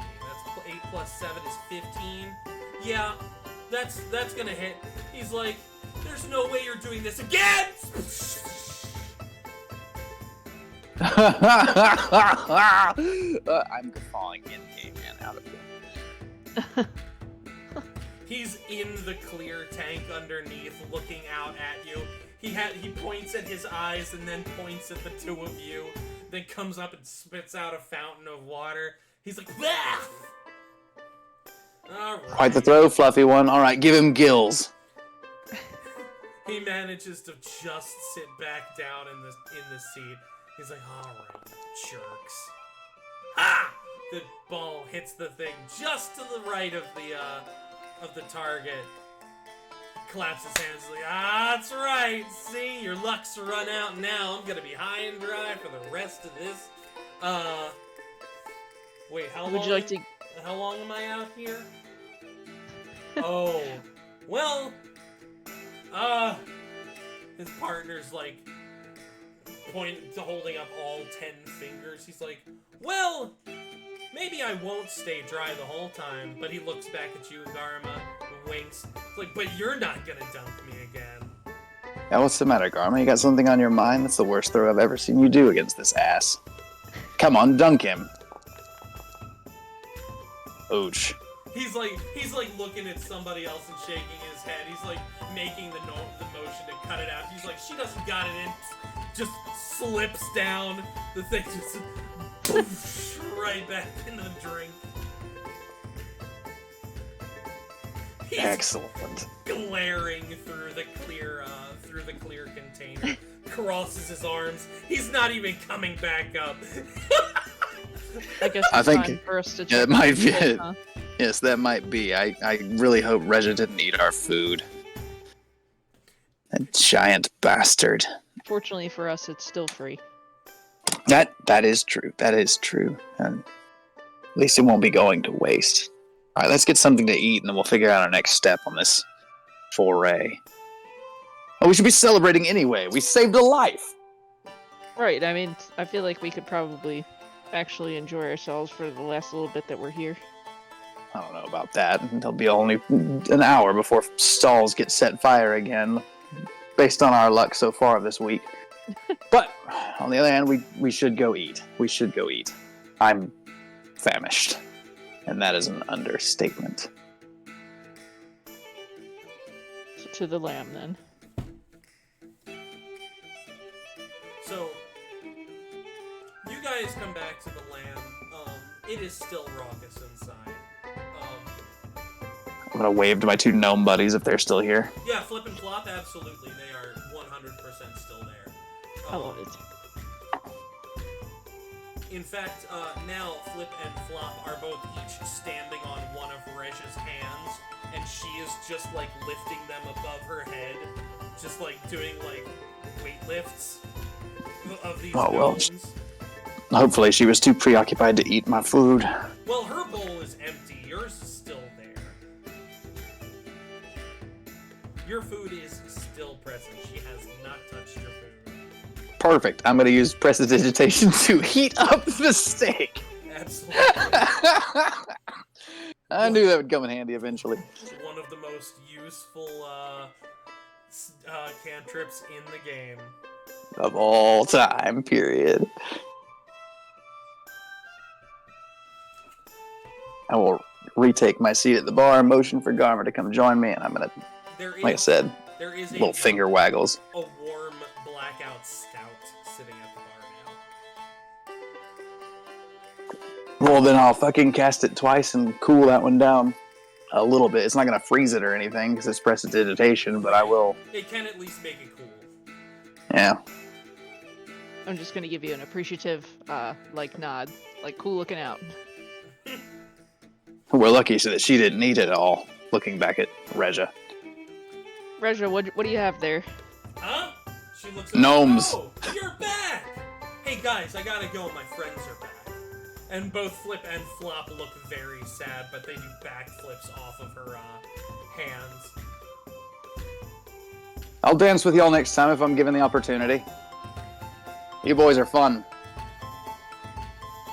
They're off now dancing elsewhere, and Regia comes back over. She's like, "Hey, you found her. Are you okay?" I'm okay. I'm okay. You looked really mad. She'd be better if she could get some food, I bet. Where's your uncle? Yeah. Oh, you should have a salad. They're great. Oh, for the love of You need a Zalikos. salad? Yes, she That's- means salad. That's what I said. A salad. I've tried. I even made her a card. I tried. She's not getting it, but that's alright. What is Do you there to think we're get? pronouncing it wrong? It's I pronounce vegetables. salad better than her. She swings a hammer better than me. It's all good. Hawk pokes his head back out a moment later. He's like looking around just to see if anybody's flagging him down for anything. I'm gonna flag Hawk down. Since Garma's not. Hawk! He points over This one at needs something to eat, I person. think. Yeah, he glances over at you, points at one person who's over there flagging at him. then nods at them, and then walks over. He's like, "What's up?" I think the wee one's gonna need something to eat. She seems a little off. I think it's because all of our energy is low. He nods. It's like, "You hangry, kid?" Yeah, I'll have whatever dog is cooking up. Hey, I was wondering when you were gonna make me tell you what he's up to. So check this out. I've had him brewing stew all day. So Is he satisfied? he seems happy. I don't really know a whole lot on how to communicate with cauldrons, but, like, I had a pet Marmok when I was a kid, and he's kinda acting the same. Just happy to be doing something. Hawk, can I ask you a... Huh?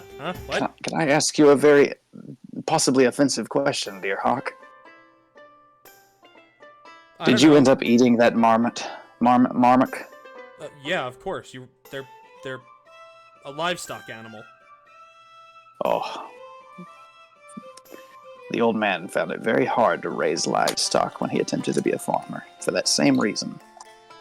Oh, I wasn't a farmer. My father was a butcher. Oh! Oh, well then, of course. Maybe why your steaks are so perfect, my bruh. You know, I cut them all myself, so... I believe that. So, he looks back at Garma and, like, leans down a little bit, you know, because you're on the shorter side, and he is not. He's like, "What can I get for you, kid?" I'll take some of Dog's stew. I'm sure he'll be delighted. Sure thing.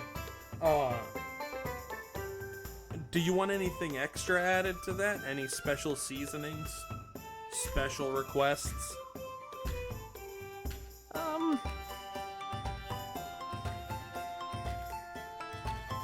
Can't think of anything in particular. Alright. Do you have anything in particular you think you'd want to add to it? I have a request, actually. Do you think you could get your niece to pronounce the word zucchini? But let me write it on a card first. He's looking at you. Rachel looks over. She's like, "What? It's a zucchini."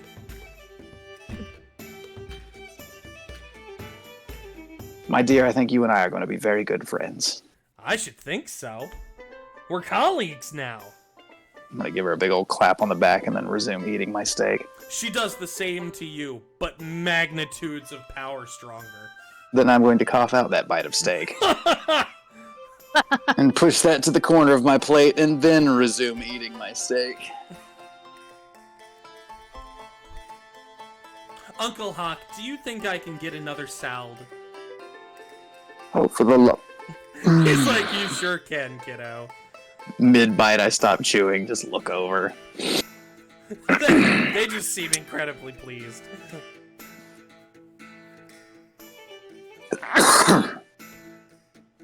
Oh, and put some of that zucchini in it if you can. Zelikos. My friends, we saved a life.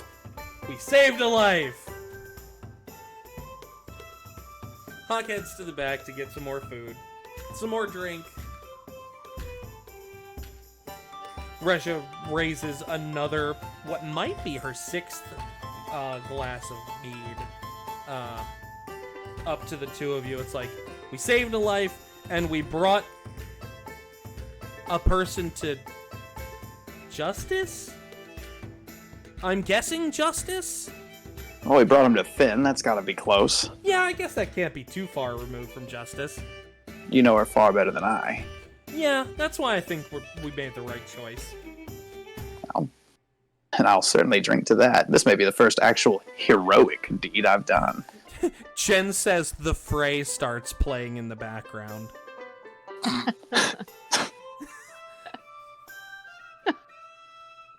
Brilliant, Jen.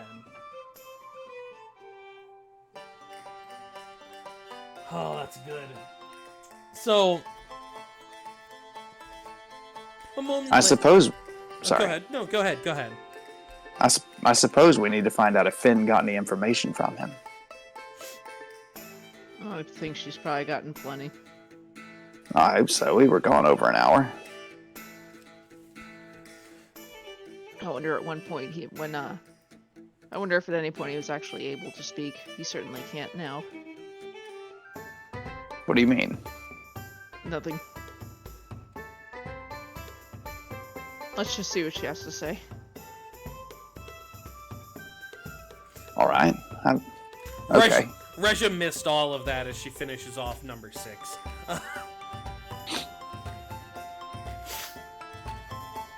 Hawk returns with another salad and a bowl of stew. It's not a bowl as big as the bowl that Regia's salad is in. Oh fuck! Time is it? Now? Yeah, are we still talking midday? Oh no, it is much closer to the evening. I would say that. Okay. It's probably closer to 4 o'clock than not. Okay. I'd say probably right around 4 or 5 o'clock. Little hard to tell in Mardi Gras town. Sun's down, so probably after 4. Okay, sun is down. Very good. I was going to say, this would mark the first time in his entire existence of 62 years that he's drank before the sun went down. But we're good. It is a party. It is a party.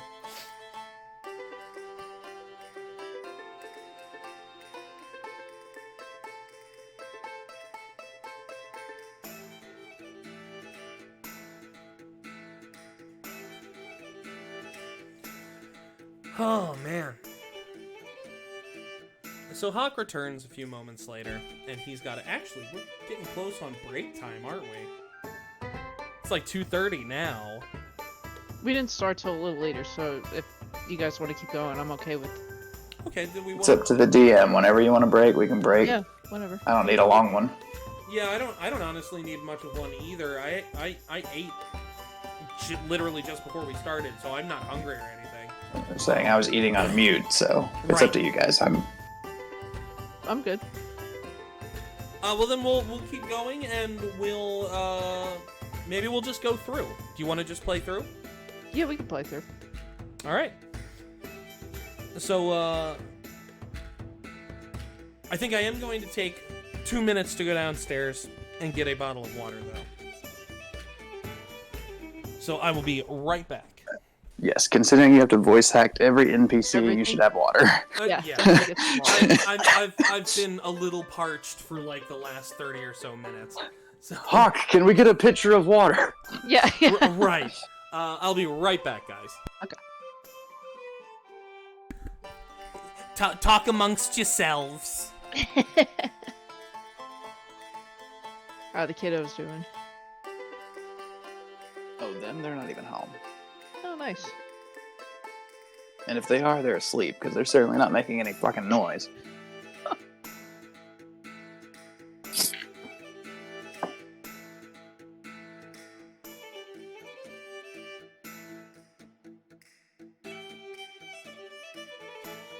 So you're hanging in pretty good considering you were sick earlier this week. Good on you.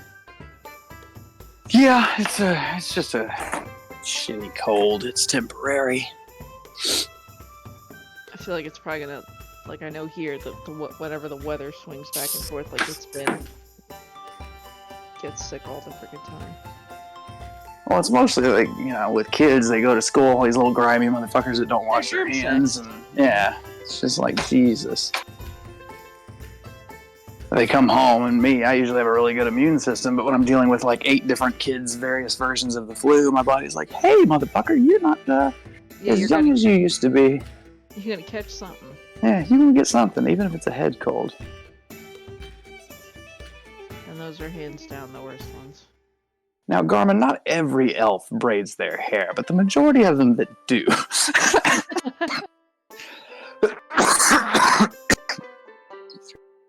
Go a big old spiel about that.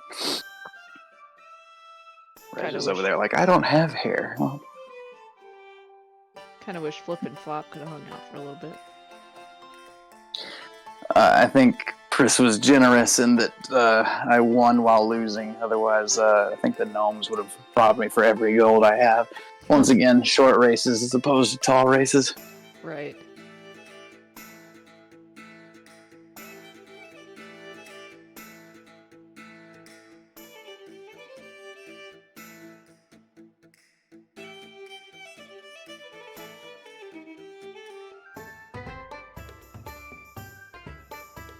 Can't believe it's November already.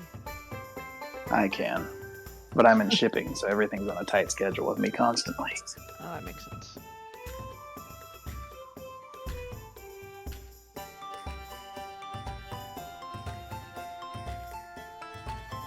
But I ran out of chaser, and that's the real sumbitch, isn't it? Bitch. Say what?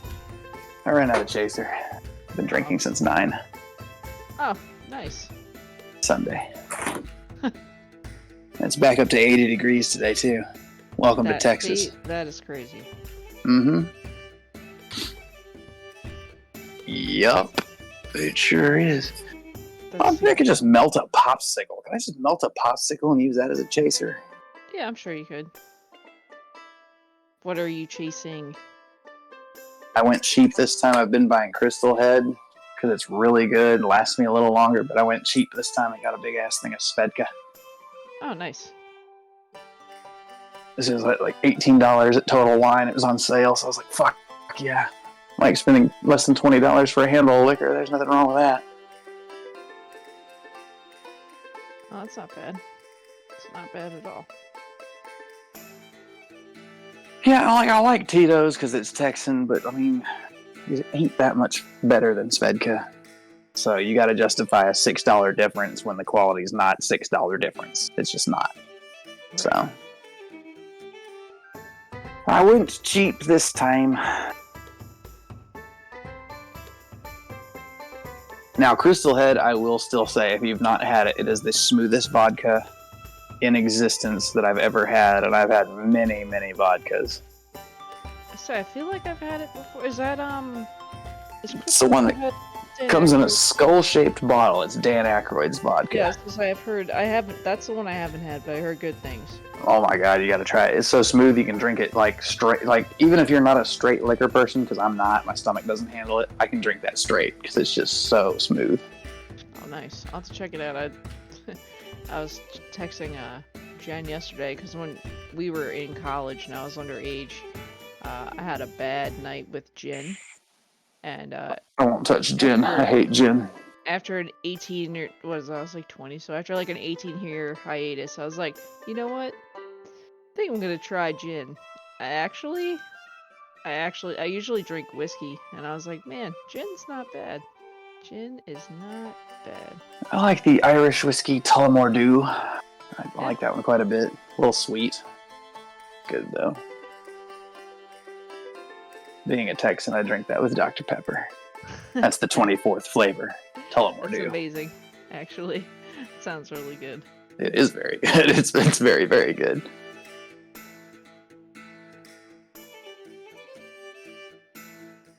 Yes, Tullamore Dew is the 24th flavor of Dr. Pepper. I dig it.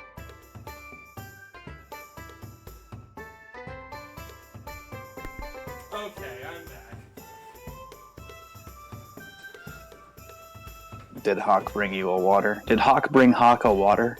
Hawk brought Hawk a water, and then I realized I went up and gave Jen a kiss, and Jen was saying that Inhumane had said something about drinking since 9 a.m.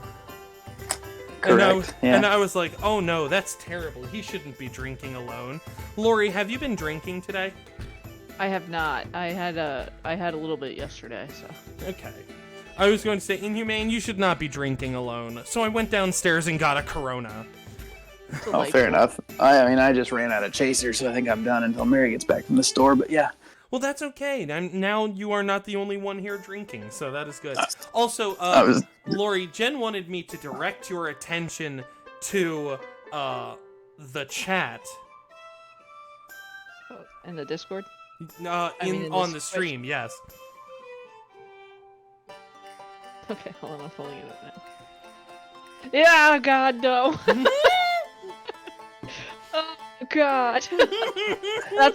That's the one I will never, ever, ever have again. Ever. Oh, I've got oranges. I could squeeze a fuckload of oranges if I really get antsy. There you go. Yeah. I was debating melting a popsicle for a chaser, but Yes. that might be better. I'm looking at that, Jet. Those were like, I'm pretty sure those were doubles or triples. Like, that wasn't just a regular size shot glass. Knife point Bombay Sapphire. One and only time I will ever Ugh. drink that again in my life. Is that Bombay Sapphire. is that the Oh. name of your indie band? Knife Point Bombay Sapphire? No, Bombay Sapphire is that gin that comes in, what is it, a blue bottle, or it looks blue or some shit? Like, oh It's a blue god, bottle, Bombay yeah. Sapphire. Tastes like fucking pine needles. Oh, I don't know how anybody can drink that. Well, when you shoot it at knife point, you just kind of... And when you shoot so much of it back to back to back, I have no memory of it, of the taste. I have vivid memories of passing out in a driveway and then the subsequent vomit and hangover. My buddy, the Node from Malaysia, he loves gin. He said they're all about it over there. I had, and I don't know what I had. I had Tanqueray yesterday and tonic, and I actually liked that more than I thought I would. I think it just depends what you, a buddy of mine said, gin and ginger ale is actually quite good, so I might have to try that. I'd rather not ruin ginger ale, but that's okay. Maybe I'll try it at some point. You know, weird thing about ginger ale is that when I was 14, we went to Deep Creek Lake, and I got so sick off of food poisoning. The only thing that I could drink and keep in me that whole weekend was ginger ale.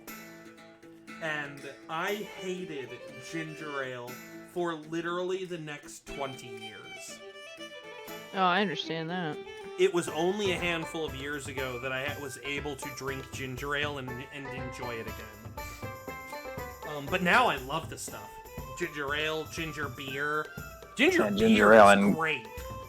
Ginger ale and Crystal Head's real good because you only get the ginger ale flavor. You don't even taste the vodka. You just slam that shit back and back. When I okay, so that's not entirely true. There was one other situation where I was able to drink ginger ale and enjoy it. When I was like working at the 7-Eleven, my boss there, when I would go in, I always knew if he had a good day or a bad day. If he had a good day,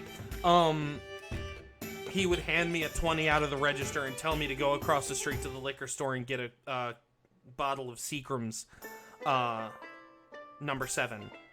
So you guys are doing 7 and 7s, but with ginger ale. Yes, see, it was actually Seagram's and Seagram's instead of Yeah, 7 and that- 7. And that's delightful. It's very good. Oh yeah, Yeah, oh yeah, it's very really easy good. drinking. Now I'm not going to talk about how old I was when I was doing this because I'm not all about admitting to breaking the law, Illegality, yeah. right? Illegality and things like that. But it was great because the guy at the liquor store also knew where I was coming from. And if I had a bad day, he would go in, he would reach into the register, hand me a 20, and tell me to go over there and get a bottle of Seagram's. So I knew that he was always having a good or bad day. Right. Jen's like, I'm pretty sure the statute of limitations is long past. It's like, Oh, look, yeah. Look, sure. Now, I'm not advocating underage drinking.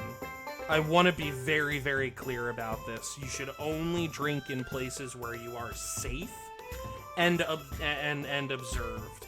And I was safe at work while my boss was there, which was the only time that I was drinking. And I was always sober by the time that he left. That's the way to go right there. Right. It was a good start to my shift. I loved that job.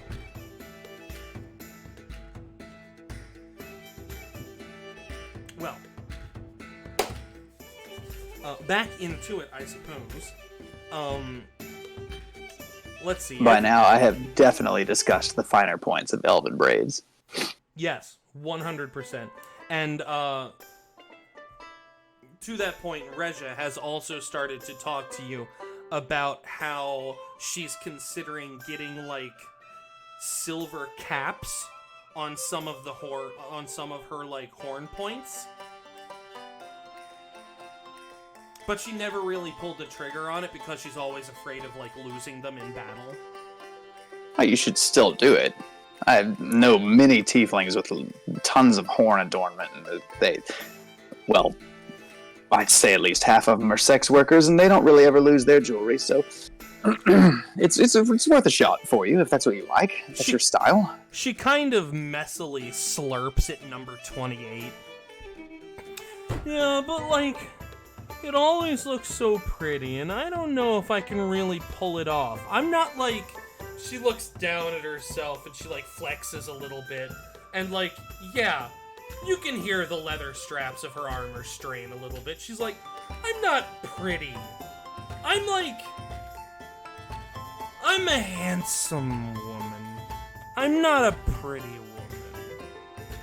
Oh, well, now you're just being hard on yourself. The Midnight Snack has a variety of workers. Even you could fit right in there. I don't know. Not to say that you should switch from voyeurism to sex work, but the option is always there for you, my dear. Should all else fail. I like fighting.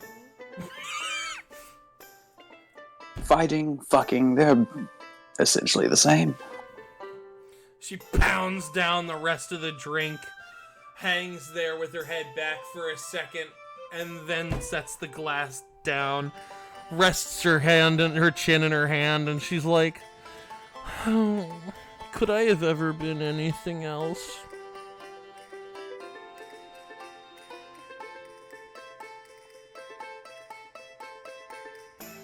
By this point, Regia is 100% drunk. I was gonna say, Regia, it must be. I mean, 6 is still pretty good, but. So Jen was looking up coffee because alcohol and coffee go hand in hand, and Hugh Jackman has a coffee company called Laughing Man, and he and Ryan Reynolds do commercials for each other's different companies. Because Ryan Reynolds has that aviation gin. That's great. Okay, I like that. That's friendship right there. Fucking Ryan Reynolds' cellular company also dropped their prices all the way down to $15 a month. So suck on that, literally every corporation known to man. That's pretty good. That's pretty good.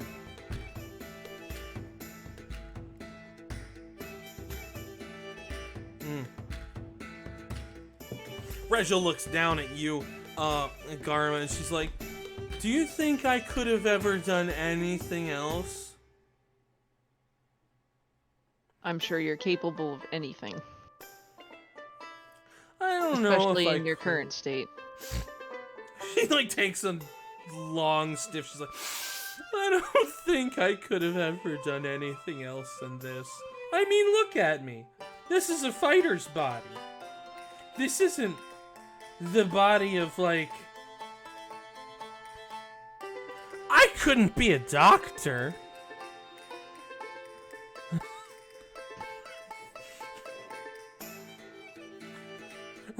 Regia leans back and grabs a passing elf by the shirt and pulls him over. And she's like, do you think I could have been anything else? And he's just like wide-eyed and like looking over at you guys, got his hands up. He's like, Why don't we just work on your pronunciation of salad, my friend? The elf looks momentarily confused before Regia just shoves him away. She's like, there's nothing wrong with the way that I pronounce salad.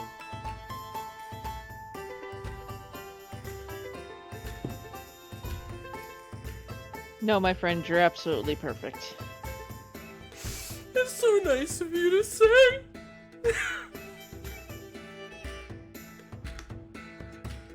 I think we need to get her some air. She picks up her empty mug, and she's like, oh.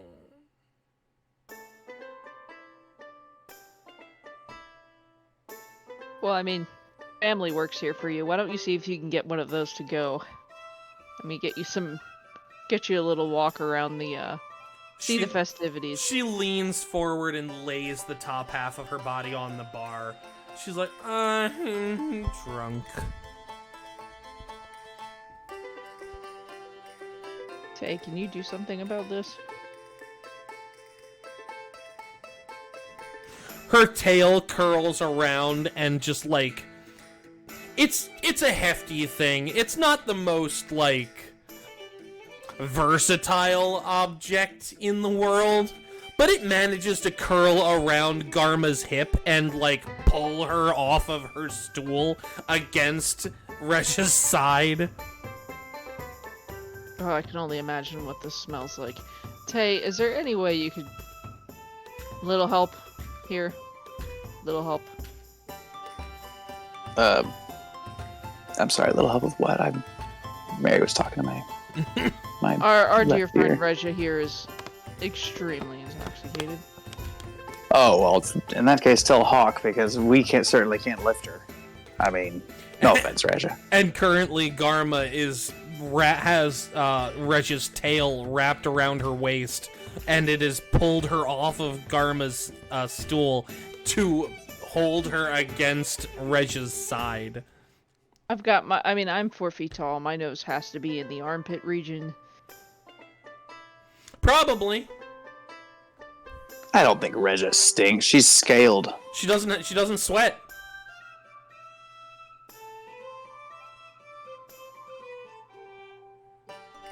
There's a bit of like a There's probably still a musk of some kind. I mean, considering- it's maybe a little earthy, but I wouldn't say that it's bad. For simplicity's sake, we should just alert Hawk that his dear niece is absolutely plastered and of no use to us at the current moment in time. I'm useless! In the least offensive way possible to Regia. She turns and grabs Garma and holds her like a stuffed animal and starts wailing. I'm useless! He said I'm useless!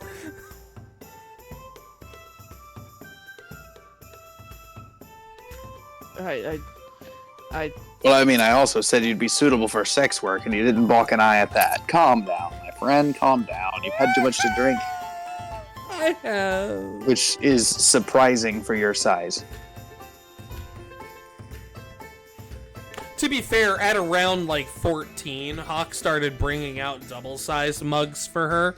So she's really much closer to like Oh, well. around 46. I wasn't aware of that, DM. I wasn't aware I of that. apologize for not making that more clear sooner. Well, she doesn't rent a room, does she? Or does she stay in Hawk's room or... Theoretically, she stays somewhere. Well, we're not exactly trying to ditch dear Regia, but we do need to make sure that somebody is keeping an eye on her because our business is unfinished. True. And, you know, since Hawk does work here and they are related, it is very possible that at the bar is a safe place to leave her. It's a reasonable belief. Well, let's at least make sure Hawk is aware that we are going to possibly abandon her at the bar to continue on our escapades here. Oh right, we were trying to get Finn to tell us what she learned. That's right. We do still need to know that.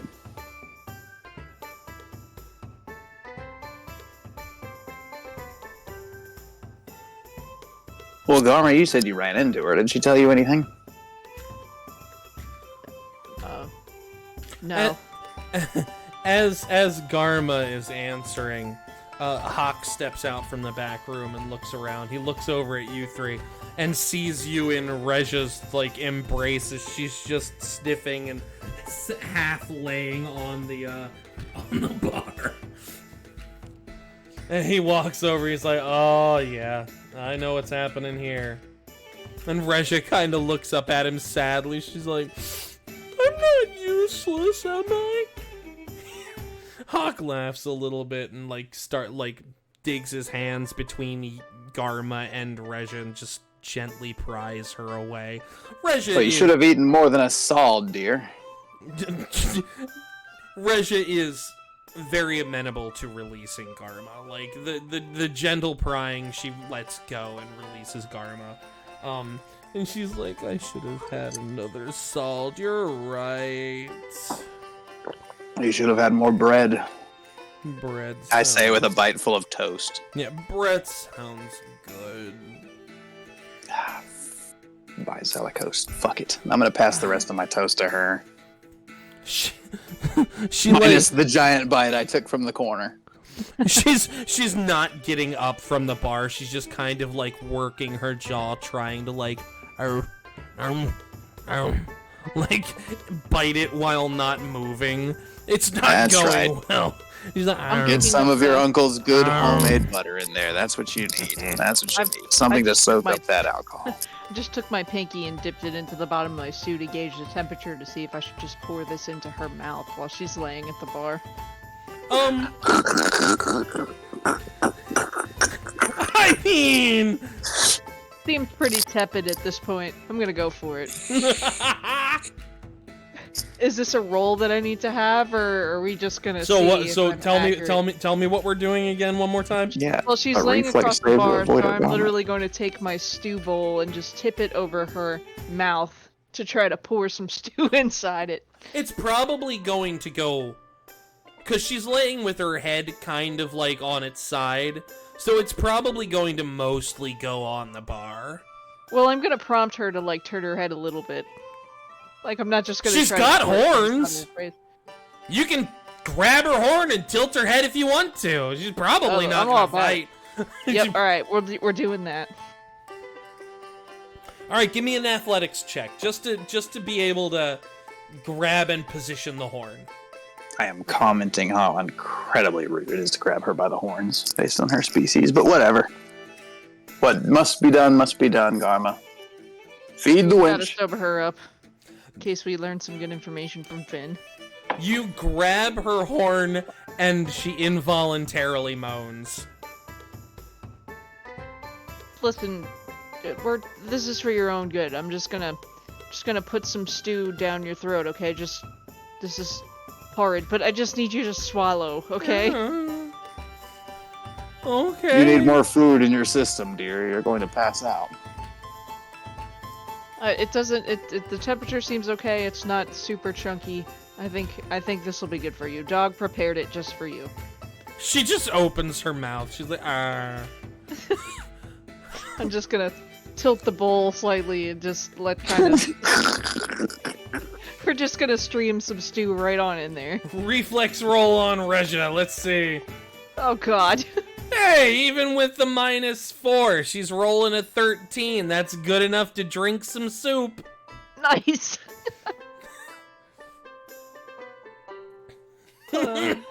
She's very obedient in drinking the soup while you're holding onto her horn. I will prestidigitation clean the mess as it's occurring, as I know it is. No, she's actually quite good at apparently eating food that is being poured into her mouth. Huck kind of It's- crosses his arms and he's like nodding. He's like, yeah, this reminds me of when she was younger. I'll remember that next time we're chained up or something. Yep, that's for I'm sure. just gonna Locking look that back one at you away. and say, what was that discussion about her doing something else for work? At the midnight snack, maybe? Our dear Regia drank a little bit too much and wondered if she could do any other type of work, and It seems she'd be suited for something. limited scope that I have, I said even she could do sex work. She wasn't acting like she felt pretty, so maybe that wasn't the right thing to say, but I mean, where I'm from, it would be borderline a compliment. Slurring with several beads in me. Are you feeling better, my dear Regia? Thank you. We're gonna need you to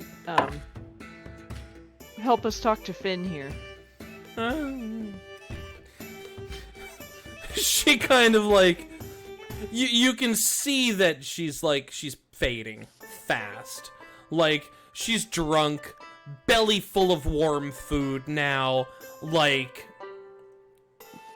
she's very content and it is manifesting rapidly. 9 hells with it. Let her sleep, Garma. She's going out any minute now. It seems we're on our own for this. I've seen this plenty of times. The midnight snack. She does not have long for this night. You feel a sudden limpness in your grip and she's just At this point, And down she goes. Well, I guess at this point, if I feed her any more stew, I'll probably drown her. So I'll go back to eating whatever's left. Do you let go? Of her horn? Yes. her Gently, head gently now. slams on the bar. She does not wake Salikos. up. She's like, Oh, I'm sure she's endured worse knocks on the head than that. Oh my gosh, Garma. Hawk's nodding. He's like, don't worry, there's nothing that can wake her up once she starts sleeping.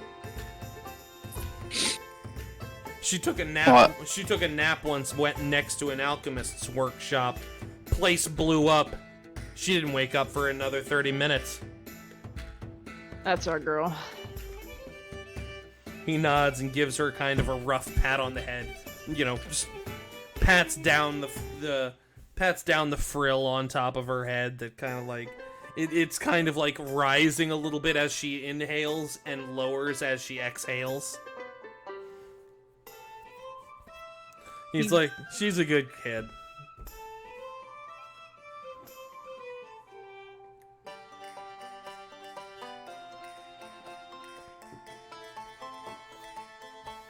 Hawk, have you seen Finn? We'd like to speak with her. He slides.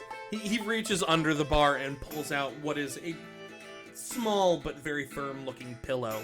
Kind of lifts up Reg's head and slides the pillow under there and then lays it back down. He's like, oh yeah, the boss is just about ready for you. I was just coming out to say, finish up your drinks and stuff. She's gonna be ready in about 5. Let you know what she's learned.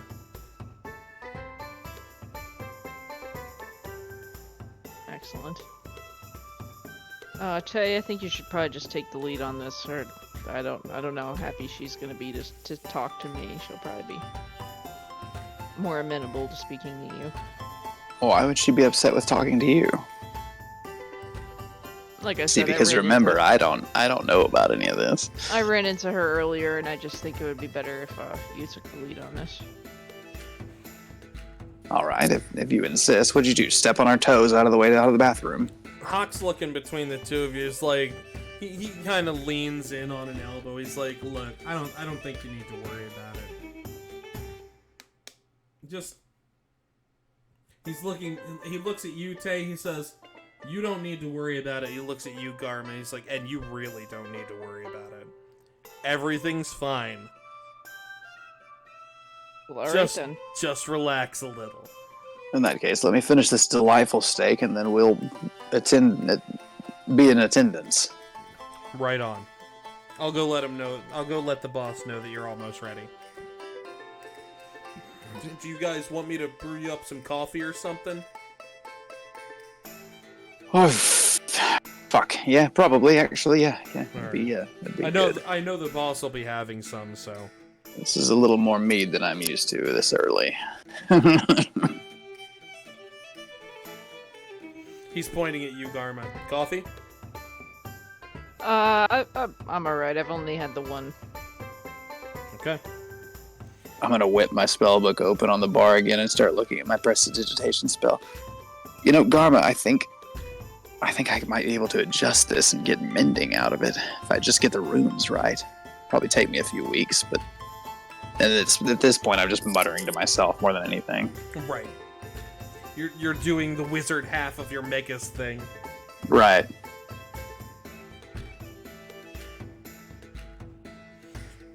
Well, true to form, about 5 minutes later, Hawk comes out, motions you all over toward the door that you snuck through earlier, Garma.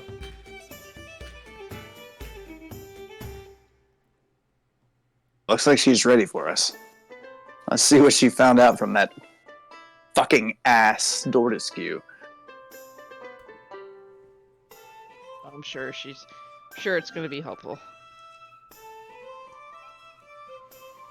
I like a good lead. It helps with an investigation. Come on. Hawk, if you don't mind, if he's still here. Hawk, if you don't mind, I'm gonna... He has ducked back into the back room. Well, I'm just gonna say it to the side of Reg's head. I'm leaving my bag here. I'm gonna put it in her lap, specifically. Because I feel like somebody would have to be a bold fuck to rob someone that big. Yeah. Instinctively, she kind of grabs it up like she held Garma earlier, like a blanket or a stuffed animal. Perfect. Might be some trouble getting it back later, but...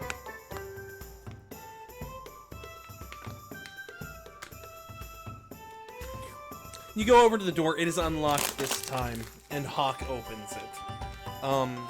He's like, the boss is right back this way in her office.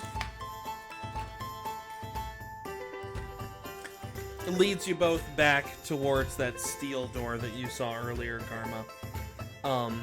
And opens it for you into a well-lit office. There's a table, some chairs, the desk in the back corner. A very large, plush, high-back chair that Finn is sitting in on the far side of the table. The room is immaculate and smells like lilac. I'm kind of looking around the room in astonishment. Hawk, 3 sugars on that coffee, my friend. 3 sugars. Sure thing, I'll bring them right in. Finn motions to the chairs on the far side of the table from her. She's like, please, sit down, my friends.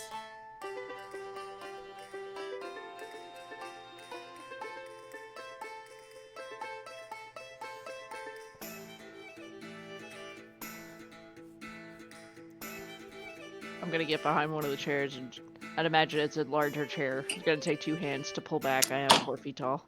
Yeah. I'm gonna pull that back. Hop in the seat. Tell us he gave you something other than whiny excuses, Fighting Finn. Oh, yeah. I got plenty from him. But we'll wait until the coffee's served.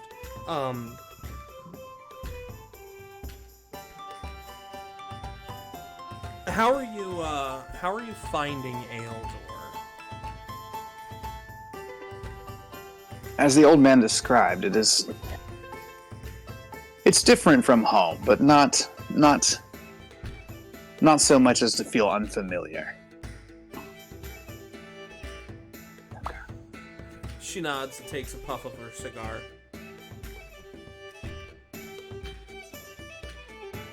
Lori, you were looking around. Are you going to throw a perception check at anything? Yeah, because when I walked in the room, I was pretty astounded by how clean it was. Since she's gonna do that, I'll do an Arcana check just to look around for magic shit. That's what he likes. Sure. Makes sense. It's not outside of his realm of shit that he would do. You can... Okay, so, Dharma. We'll go with you because you have the higher score right now, but don't worry, Inhumane, I'm gonna get to you in a second. Always high score first. So, Garma, this room is fucking immaculate. It doesn't even smell like blood. You have really acute senses, being a Foxumber. There's nothing. The scent isn't covered up. This room may have never in its entire existence seen bloodshed. Ever. That's because Hawk stops him at the door. But you are 100% certain that this is the same room that you saw Thaniel in earlier. But if it was, there is no... It's like that violence never happened.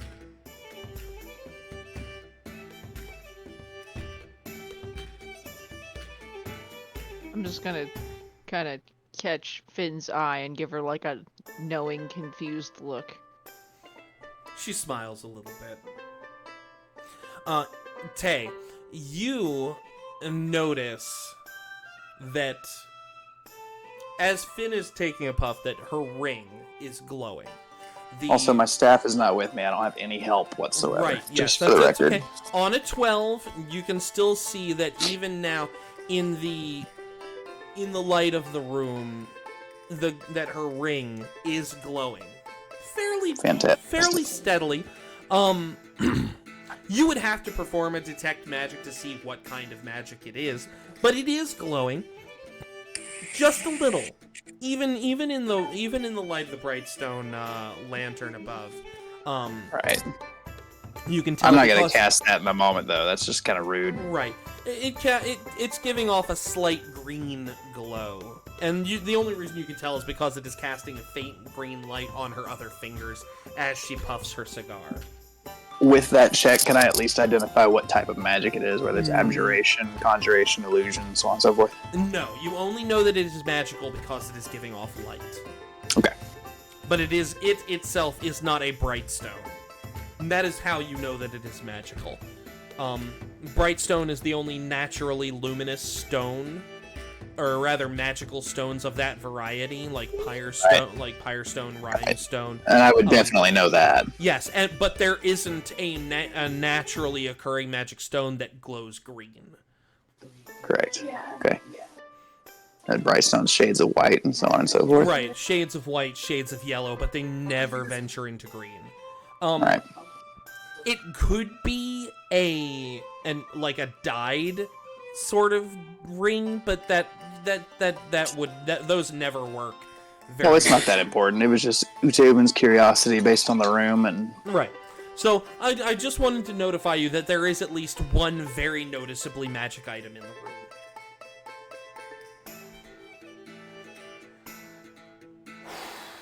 She blows the smoke overhead from her cigar. She's like, good, I'm glad that it's a somewhat familiar kind of unfamiliar.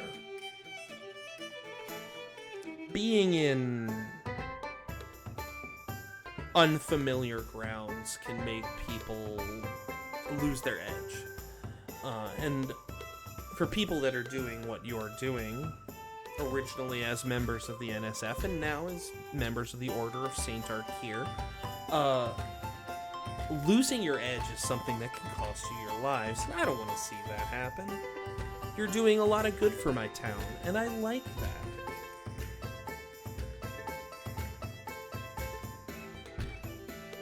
Well, Lawmeister Hoon seems to have taken a liking to us, at least. She nods. That's good. You want to be on his good side.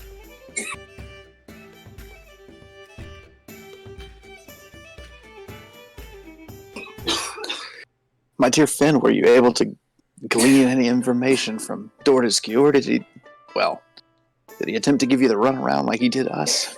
I was prepared to stab him at one point. She raises a hand and kind of like waves it away. She's like, it didn't take much. He's a coward. He started talking to me. He started telling me what I needed to know almost immediately. Okay, out of character? Dark.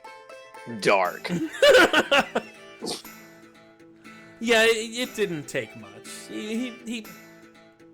So she got what she needed and then took the whole village's issues on him out on him. I'm gonna interrupt her real quick. So Sure. the rest was just for fun then. She gives you a straight look, takes a long drag of her cigar, and says, "The rest of what, dear?" Nothing. Yeah, Uteuven's been around the old man long enough. I'm just going to look the other way and pretend I didn't hear that.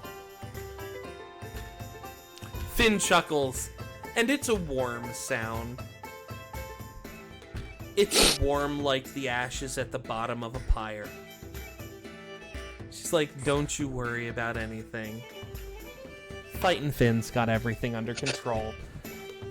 At that, Hawk enters with several large mugs of very good smelling coffee. Oh, Hawk, my man, I can smell that from here. That is beautiful. What is that?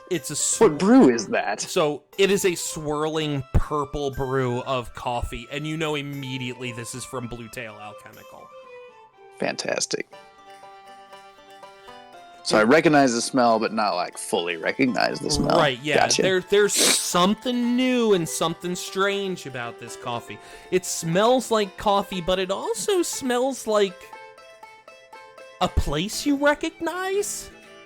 And I say that to both of you, though the smell that you both smell... Separate sensation. Yeah, very separate sensation. To you, Uteuven, it smells like your mother's dressing room.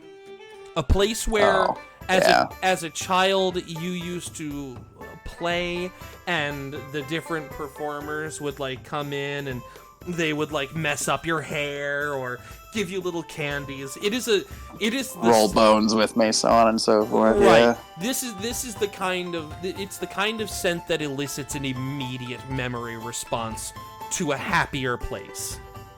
That's delightful. Almost smells like the old man's hat. It smells like my mother's wardrobe. Garma. This is incredible. Garma, to you, this smells very much like Amon's cigar or pipe tobacco.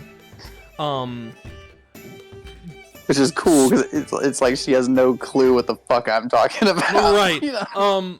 It very specifically, to pull up a map of Aeldor or of Theranor, there was a time not a few months ago where the two of you were riding along on a caravan together past the Grimwood, headed south toward the Sea of Sands.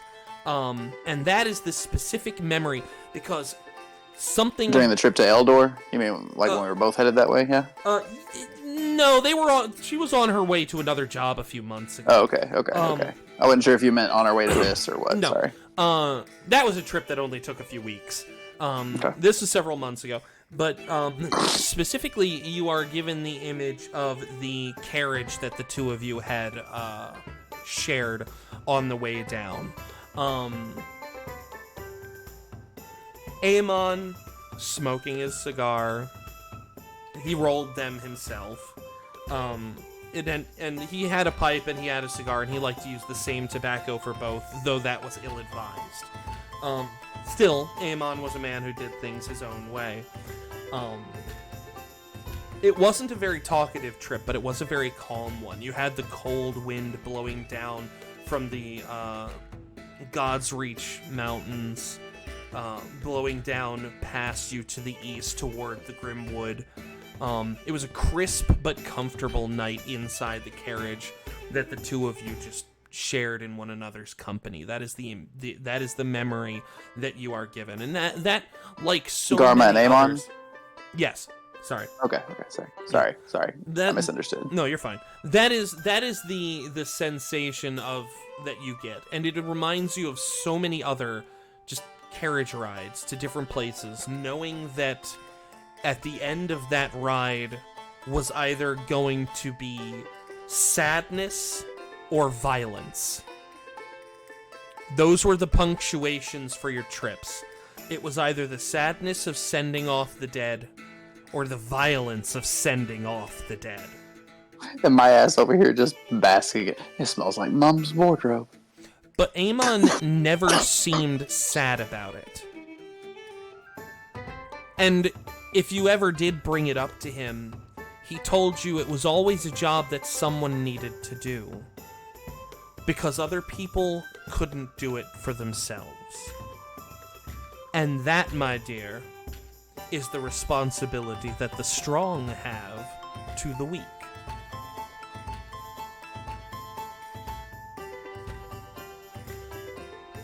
To say it as he has said it. Garma, get a sip of this coffee, I swear. It reminds me of Mother. That's incredible. Hawk, is this 3 sugars? Hawk, 3 sugars, is it? Mm-hmm. 3 sugars and a dash of cream. That's incredible. It reminds me of home. Home. He looks over to Finn. Finn takes a sip and she just...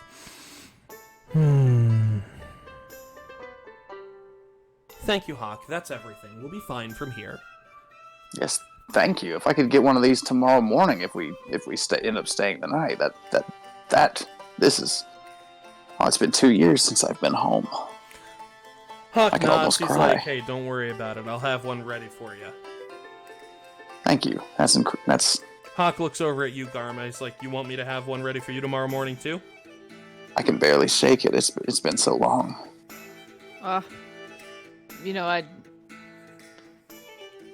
As much as I enjoy the feeling, I don't so much enjoy the melancholy nature of it, so I'll pass.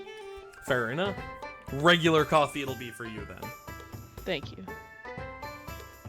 Hawk, was this? It's blue. I have to ask. Purple, actually. Oh, right. Blue tail. Is this a blue tail blend? Oh yeah. Oh yeah. My gods, I owe him a thank you note for creating this. Yeah, this is Finn's special blend. She doesn't really break it out too often. Finn's like, Hawk, you don't have to tell them all of that. Finn, you're behind this. I may have commissioned a unique coffee blend for myself. I don't share Please. it often, but this feels like a situation for it. Never stop serving this. You should serve this. You should serve this every celebration, every festival. This is the feeling I'm getting. It's been a long time since I've been home. She takes another sip and then motions toward Garma. It's like, I don't serve it openly because I don't know what people are going to experience from it. Oh. It's delicious. Understood. But the experience is different for everyone.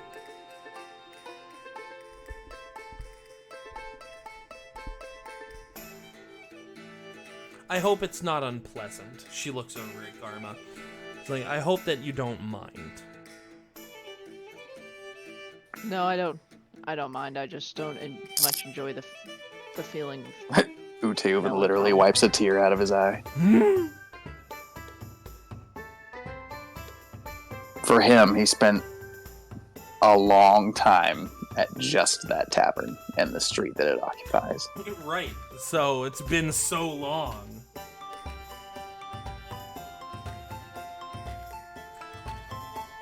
2 whole years without looking back once.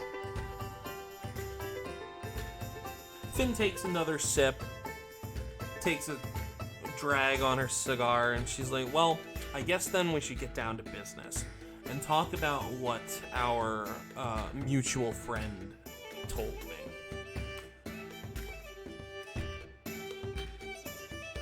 It would seem that Faniel has been working as an informant for the Red Bills for the last several months.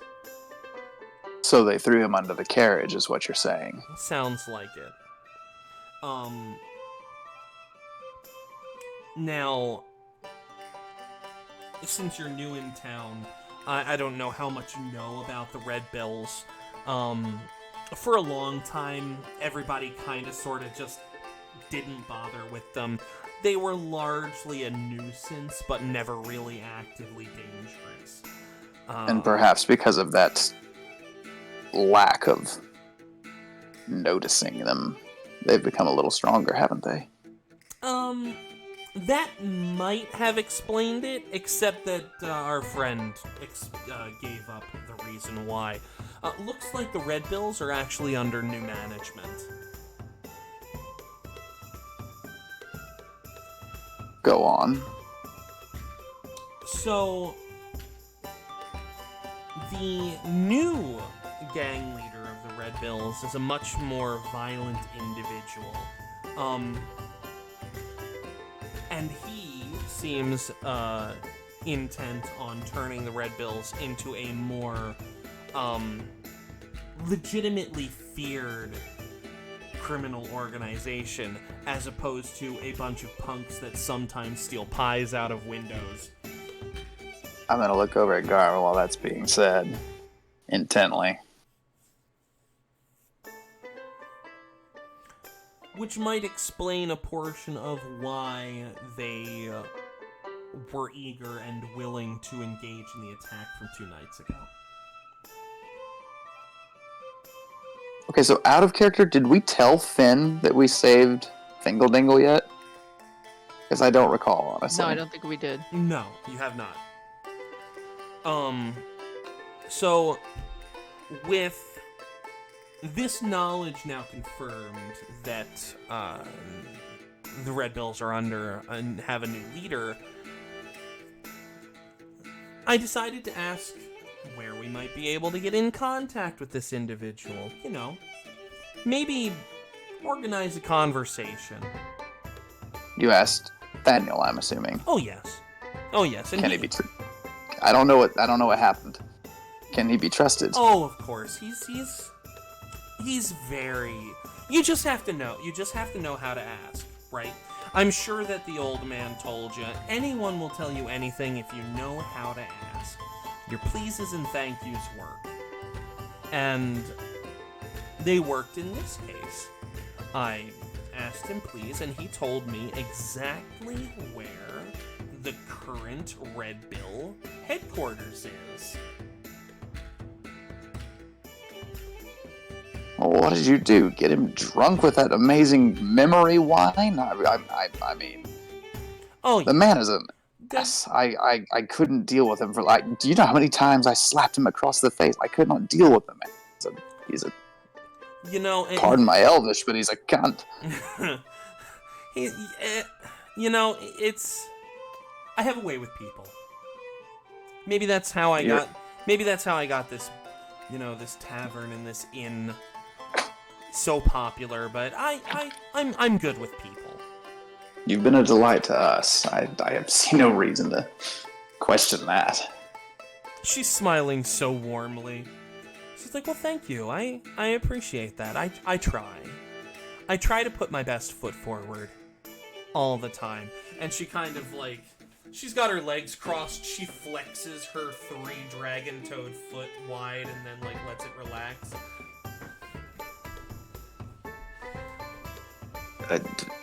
Finn, I left my pipe at the bar. Could I get one of your cigars, perchance, while we...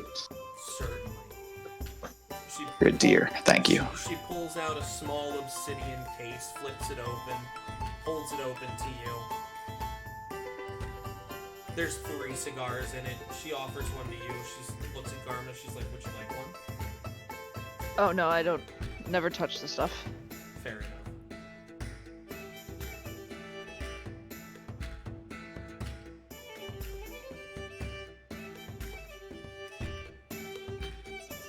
I'm gonna look at Garma when I'm assuming Finn lights me up since I don't have any of my shit. Oh yeah, she takes out that neat little Pyrestone starter. Right. That she has. Just flicks I'm gonna it look once. to Garma, Elvish Constitution, I say as I take a massive drag.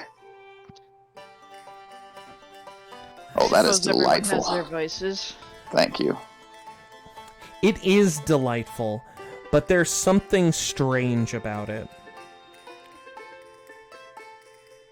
Alright, if I'm being poisoned, tell me what fucking save I need. Just here's the question. There's something strange about it, but not necessarily unpleasant.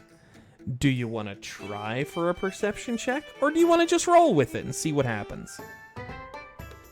Do you mind if I make 2? Can I do Arcana and Perception? Just because that's kind of how Taven really rolls when things are different and strange.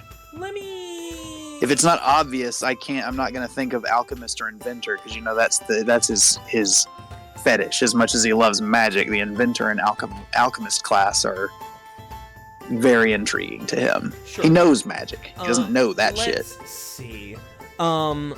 You've got a +3. I'll let you choose which one of the 2 you want to roll. Probably Arcana, because it's your higher stat. Right.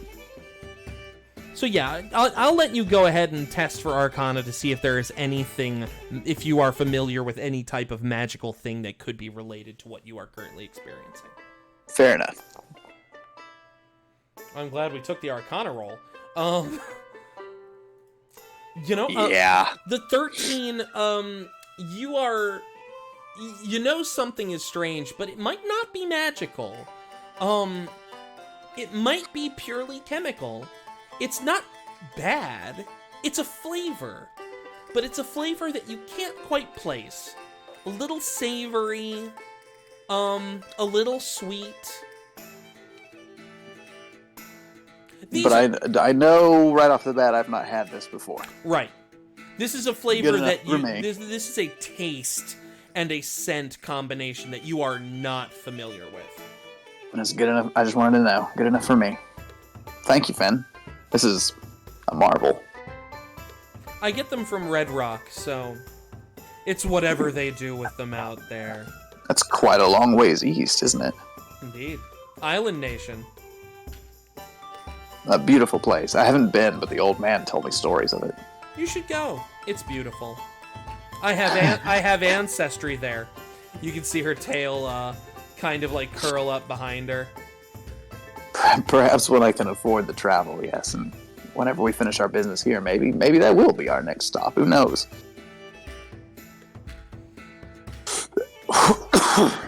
That is good though. Well, I blow several large smoke rings.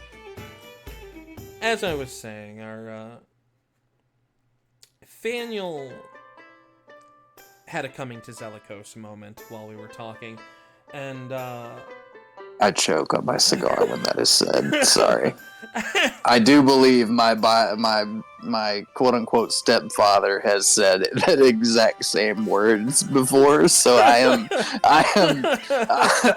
am now choking laughing on the cigar. so Probably shouldn't be, but I am. So I know which direction to point you all in.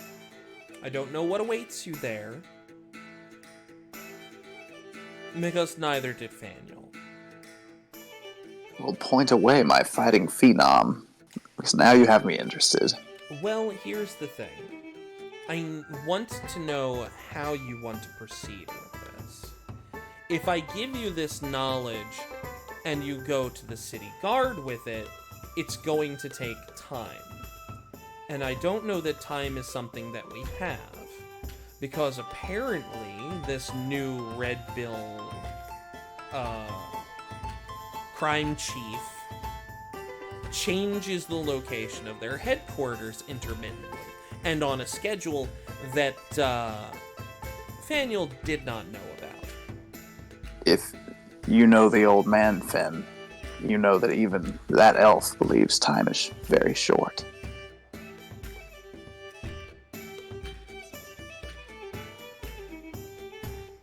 She takes a sip of her coffee and seems to think for a moment. Leans forward and taps the ash from her cigar into the elaborate, like, open mouth the like open mouth serpent ashtray in the center of the table. Beautiful. Perception checks from both of you, please. Absolutely. Sorry, see Garma. nothing.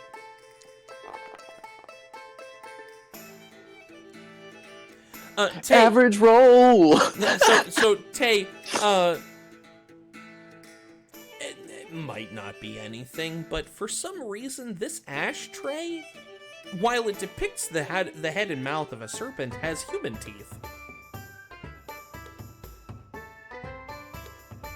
Okay, just based on my background, that doesn't mean anything to me. Right. I have seen It is many magical items. It is an odd design choice. Yeah, it's weird as fuck, but I'm all for it. I probably could have got a pretty gold piece for that, for sure. And honestly, on a 9, something that apparent, Garma, you probably notice it as well.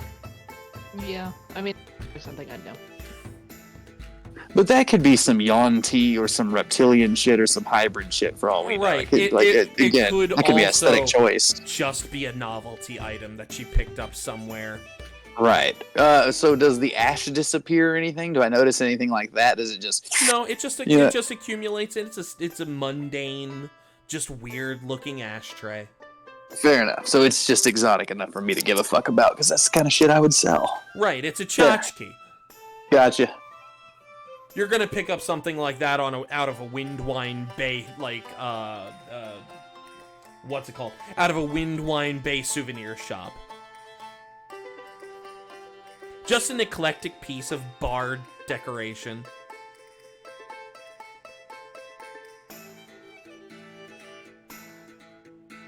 So then, so she takes another puff. She's like, so if you understand that time is of the essence,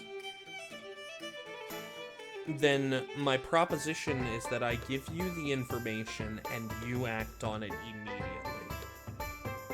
Because if you are not going to act on it immediately, then I'm going to have to find someone who is. Now, I understand that this falls under your official purview as members of the Order of St. Arkir, and that you are given a stipend of money for performing duties that maintain the order of the city and the country and blah blah, all of that lovely stuff that we all appreciate the Order of St. Arkir for. But this is personal to me because this is my home. Eldor was the city that took me in, a little orphan half-reptile girl, and gave me the chance to make something of myself. And so I have dedicated... I can understand that wholly. Right. I've dedicated myself to giving back to the city that gave me a chance. Have you met my mother? Actually, yes, I have. Realization sets in. So, if I can trust you all to go and handle this in a timely manner, then it would be a valuable favor that you would be doing for me and for the city at large. If what you're saying, Fen, is that these red bills will cause violence in the city, the old man would point me that direction immediately. I kind of figured.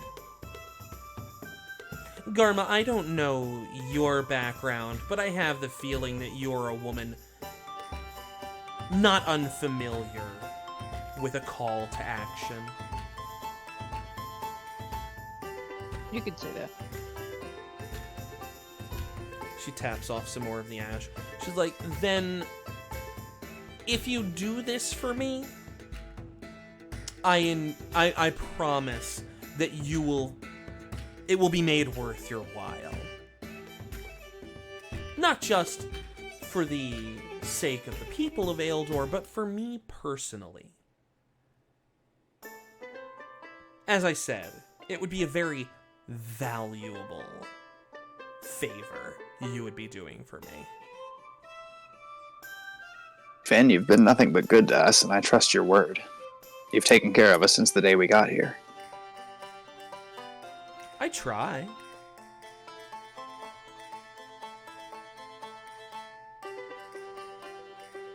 Now, how can we be of service to Eldor? Located in the South District, not far from Pilgrim's Gate, there is a sewer access tunnel. It's locked, but that's not really that big of a deal. I look at Garma when she says locked. Yeah, I have a feeling that's not going to hold you guys up too badly. Garma has not admitted to being a rogue, but I am still just convinced from my travels that this, if you were an Umber, you were wearing all black, and you have certain qualities racially, I am assuming you're more prone to sneak thievery. Sorry, it's bad, but it's just what I've seen in my travels. It is more common than not.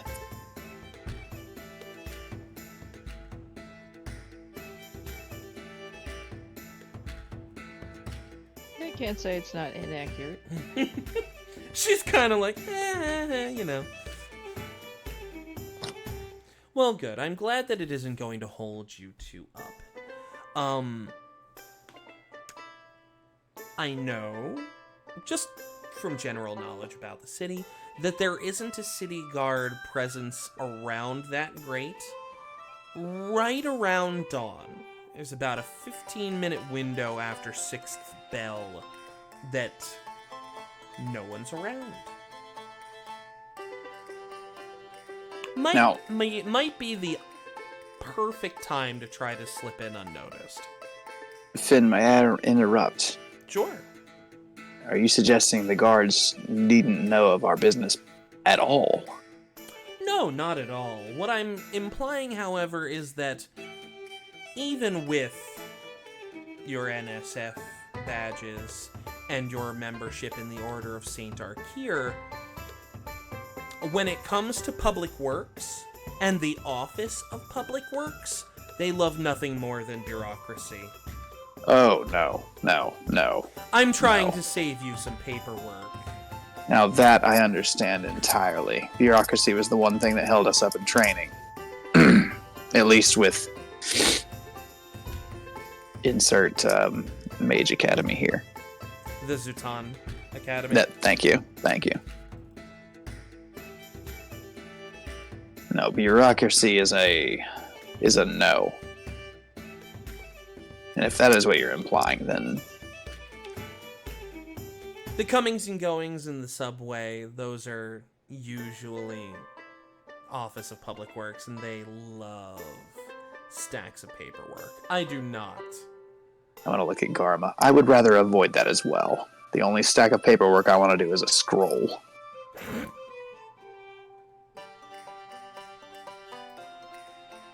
So I can give you the exact location, and now you know the time. I just need to know when I can expect you to deal with this. What is the time frame that you'd like to offer to me so that I know when to expect results? Well, my dear Fighting Finn, would you be pleased to know that I am of the opinion of immediately? I am fed, and yet I am hungry. But if I recall correctly, you're currently down 2 members of your party. Well, one of them's drunk, and one of them is, yes, currently in the process of healing, but should we be able to get Marcos and Regia involved, then yes, immediately, as soon as possible. With haste, as the old man used to say. Well, if Regia's drunk, then she's going to need a few hours about that. I just noticed that Marcus hasn't been around today, so I figured he was busy with something.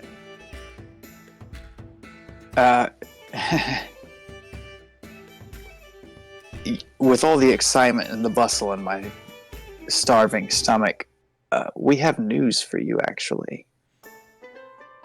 Garma and I received a cure from Himmel Bluetail for Master Fingeldingle. He's going to be okay. She sits up a little bit higher in her chair. She's like, oh, he's going to be all right. We were fortunate enough to get enough information to assume what he was poisoned with.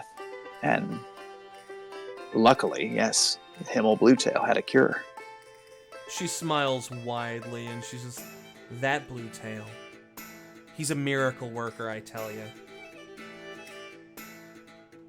I'm quite the fan. I find alchemists just enthralling. Their pseudo magic is beyond impressive to me.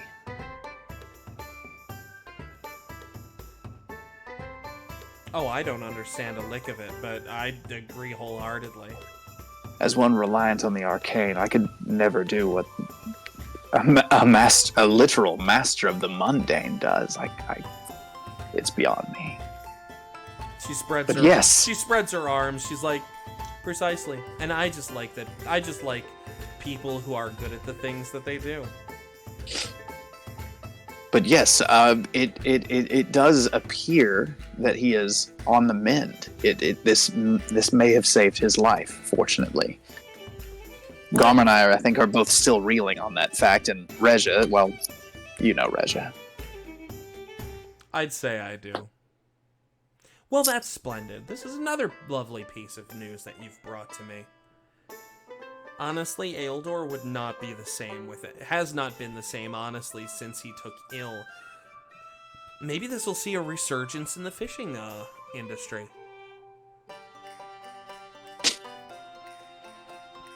But that's talk for another day.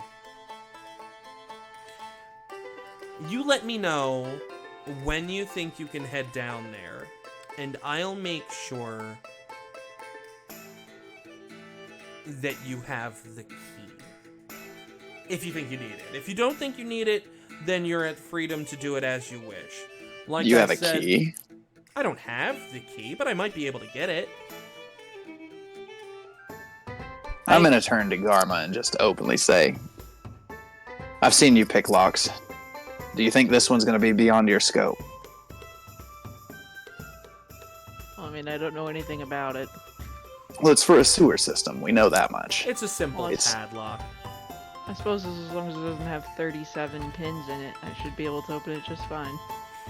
At this point, I'm looking at her confused and wondering what the fuck she means by that, but... Finn takes a long drag of her cigar and then lets the smoke just eke out through her teeth. She's just grinning.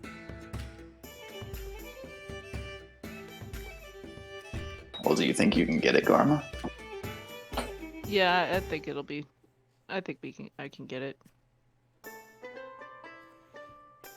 Splendid. So skip the step of finding a key, Madam Finn, and point us in the correct direction. We'll gather our companions when they're ready, and again, as soon as possible is the timeline. Excellent. Do either of you have a map handy? I have enough space in my book. All right, cool. Then if you were to draw a sort of malformed egg shape, which is roughly the shape of the city, and you know that to the south side there's the Pilgrim's Gate. Up about 1 block, and then east about 1 block, you're going to come to a small, what is essentially a doorway that leads down into the source, a service door.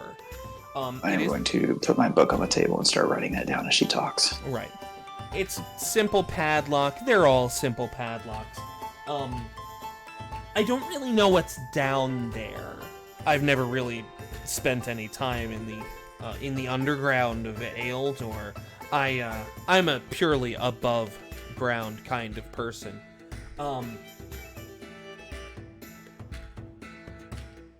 So don't I can't really help you with whatever might be going on down there, so you might want to take some time to prepare for the unexpected. I have a towel in my bag. Then you're set.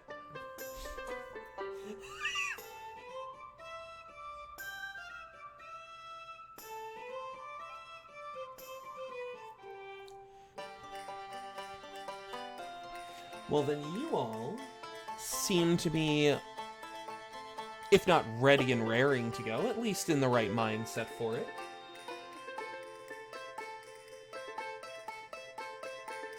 Is there anything I can do for you?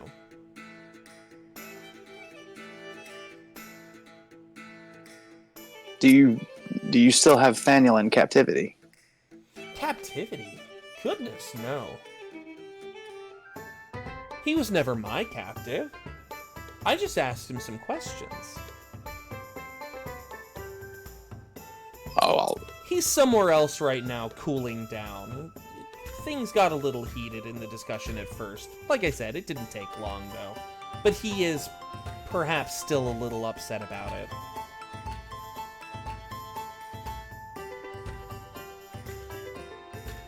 He didn't tell you the name of the person running the Red Bills now? Haas. Haas. The name means nothing to me. It's not a name I've ever heard before. So I think he probably came from somewhere else.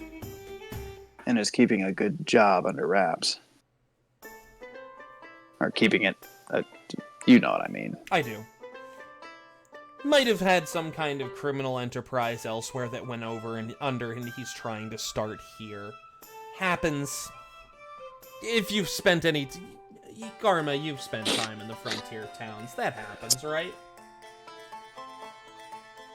I don't spend a lot of time really anywhere, but I mean, nothing's impossible. Fair enough.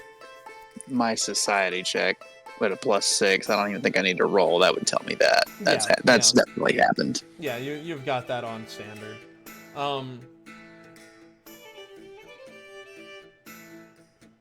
I can take a 10, I think, and recall some asshole the old man has told me about that came from somewhere and did some shit. Well, you're aware of the fact that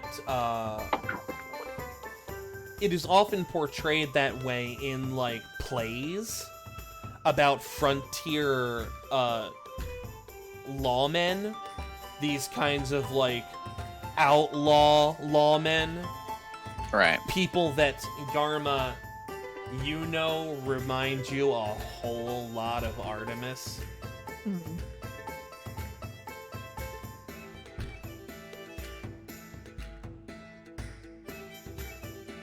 So whether it actually happens or Finn only just knows about it from the plays,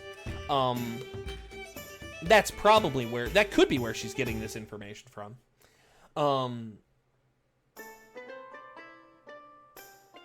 She takes one final drag of her cigar and puts it out in the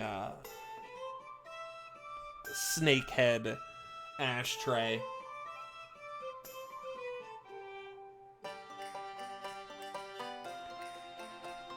Well, thank you both for your willingness to take rapid action on this.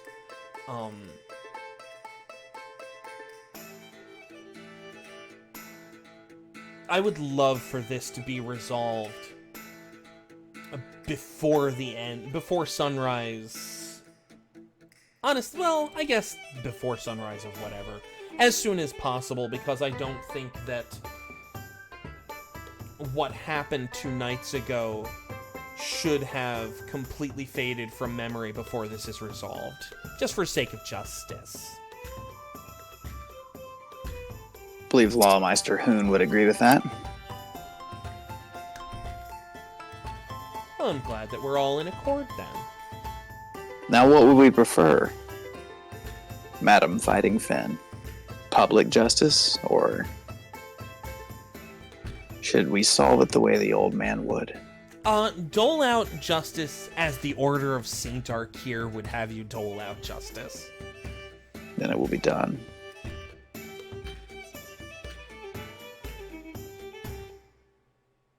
If we're fortunate enough to bring one to public execution, then fine. If not, we'll consider it justice served. Oh, we don't need to go as far as public execution. That's such a distasteful thing. It does tend to solve some of these smaller towns' issues from what I've seen. No, But this is not. if a that's what small you town. believe. Sorry, I see this. I think Remember, this town Eldor does is quite well massive. with private Right. executions. Right, but remember, Utaven's only traveled so much. So. Sure, absolutely. And that's why she said, well, this is not a small town. Then by Zelikos, we'll do the dirty work and have it done.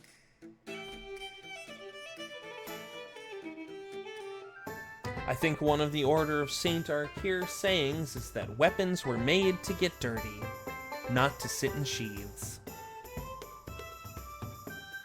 That's a new one for me, but I feel like the old man has said something similar.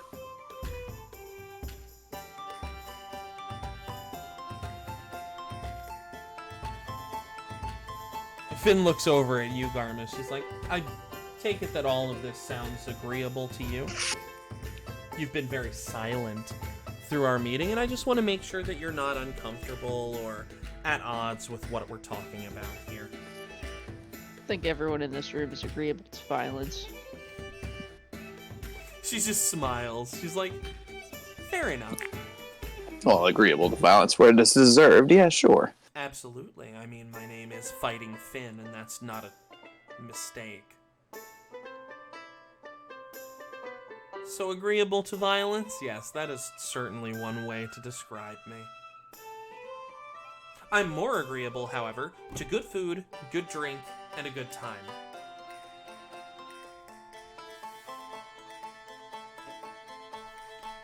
She places her hands on the table, uncrosses her legs, and stands up. She's like, so thank you both very much for joining me, and for agreeing to help me make Eldor a better place. I'm going to finish my coffee, stand, and extend my hand. She takes it. Excellent. Strong handshake. Strong handshake. Watch the claws. I've dealt with worse. She doesn't have claws on her upper hands. Ah, okay. She is only reptilian in the legs and tail, and a little bit on her eyebrow ridges.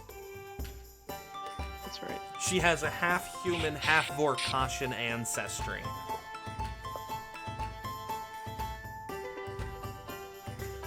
But unlike with the mixing of, like, traits, she has what Gil probably has. That duplicitous genetic ancestry syndrome. Having a literal half and half. Mm-hmm.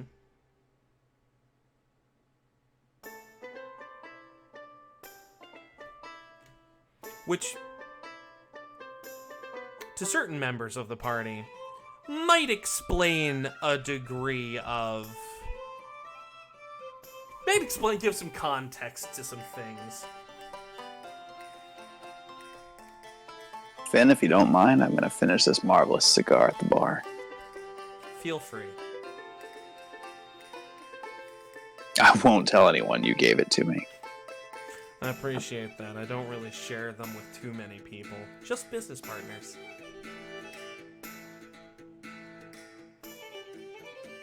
I'm going to nod, smile, and uncharacteristically for me release my second set of fangs. But I'm going to try to do that without anybody else in the room seeing. So do I need to roll a deception check? Sure. Hit me with it.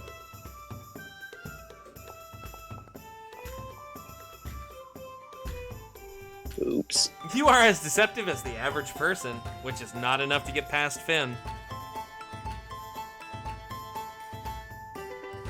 Oh, I didn't mean for her. I meant for, oh, well, I guess Garma's the only other person here. So it just depends if Garma notices. Hit me with a perception check there, Garma. Got it.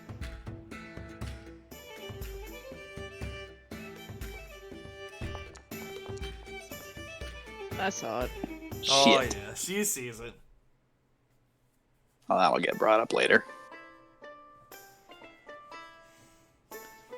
I'm gonna wait for Tay to take a few steps out, then I'm gonna reach into my pouch and pull out the tooth and set it on Finn's desk.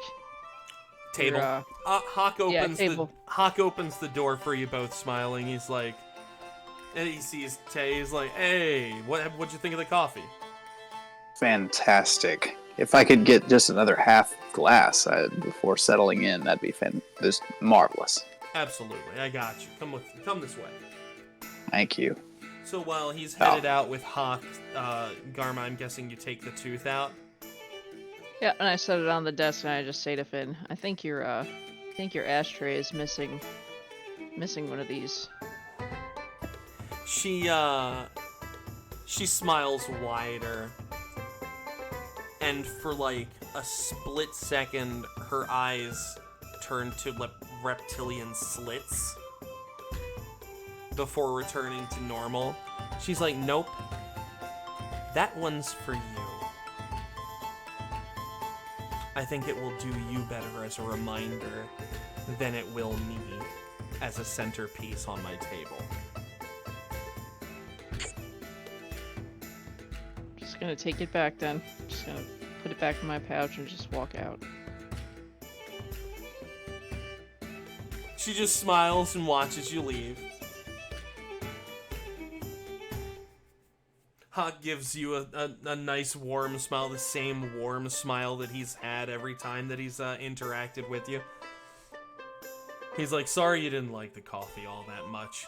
Like Finn probably told you, it's a bit of a crapshoot on what the experience is like." Different, how could I put this? I guess other people enjoy memories more than me. Fair enough. I'll try to think about something that can get rid of them then. That sounds delightful. Oh wait, we already got that. It's the Blackout Stout. You want another one?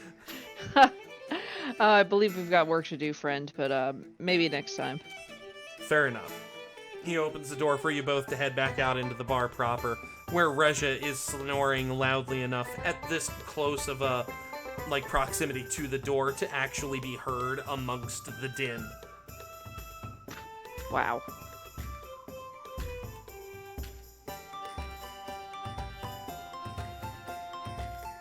I don't know how many of those she drank, Garma, but it was quite a few.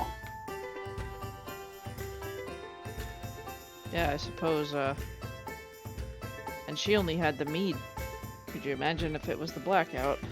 Well, yes, but I think I lost count at 10. I certainly couldn't drink 10 of them. Someone of her stature, that mead must be impressive. It's rather good, actually. So I gotta know, how long were you gonna hide that second set of teeth from me there? I wouldn't say hiding. That's when I smile and the other two set out. But it's not something one would advertise when most people kill my mother's kind. Fair. Fair. Do you trust her? Finn? With my life at this point. It's interesting. There's She only said so many meals you can eat somewhere without being poisoned if they don't like you. True. I just wonder. Someone that says they know nothing of magic, but she's pulling some kind of magic back there for sure. Oh, no, she has magic, darling. That ring was glowing green to my eyes the entire time. She has access to magic, whether or not it's innate. I couldn't tell you. I don't know Finn well enough, and I haven't had the time to study her. But she certainly has access to magic, and I think Hawk might too.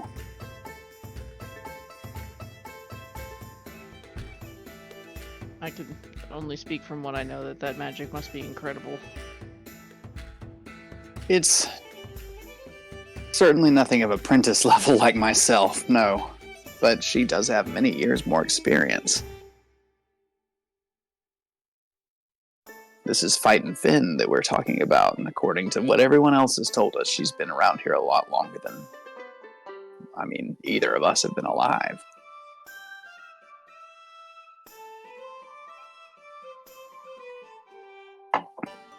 The old man would tell you to trust the people, and the people are all saying the same thing, is that Fighting Finn is trustworthy and the person to go to.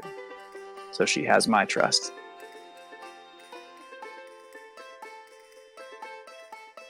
I hope your trust isn't misplaced. I'll reserve mine for a little longer. I've made mistakes before, but that's alright. That's part of training, I guess. As you're both talking, a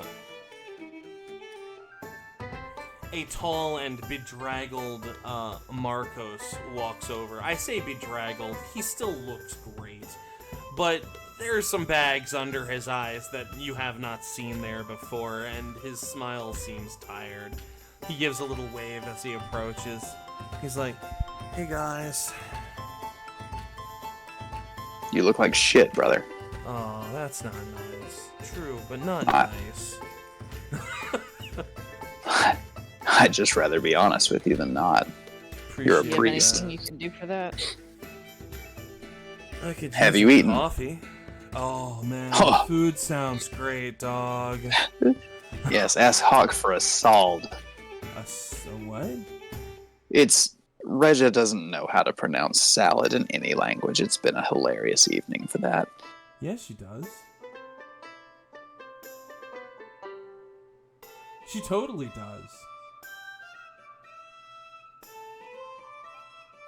I don't appreciate that type of humor at all. Marcos, does Regia know how to say salad or not? Oh yeah, totally. I mean, it's a salad. How hard is it to pronounce? You should ask her next time you speak to her. I was gonna say, you've got to be messing with me, dude. I'm not, my brother. By Zelikos, she calls it a sald. Okay.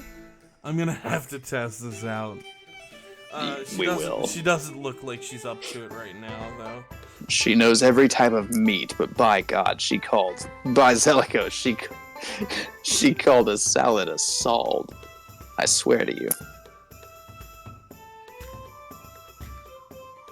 I mean, unless you have something, you could, if you're feeling up to it, I'm sure you could do something to get her awake so you could hear her pronounce it. He looks down at you sadly with a sad smile on his face. He's like, I don't think I can do anything right now aside from eat, drink, and go to sleep. Then that sounds like the plan. So you're in the right place for it. I will begin filling in Marcus with everything that Finn told us. Cool. It might be a little overwhelming for him as tired as he is, so I'll go over it slowly. Right. He's just kind of like resting his head on his hand, like, you know, elbow on the bar, and kind of like rubbing his face at the same time.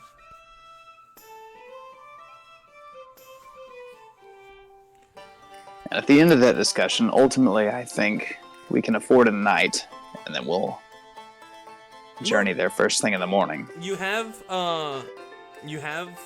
guaranteed lodging because you're members of the Night Security Force. Right.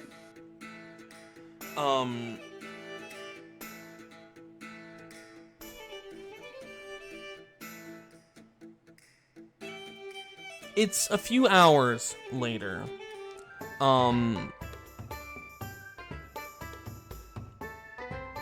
That one of the town criers comes into the bar and starts shouting that there will be an official announcement. Please step outside into the streets.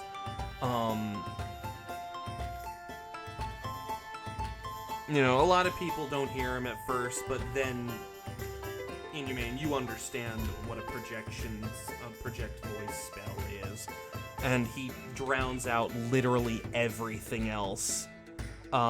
Yes, quite booming. Yeah, letting everyone know that there will be an official statement from the Lawmeister about the Night of Defiance momentarily, and to please step out into the street to receive the message.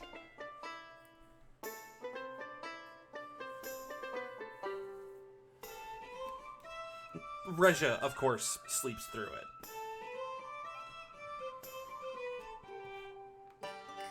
But people are, you know, like, looking at each other and they start to file out. This has been a very strange Night of Defiance already, and this is even more strange.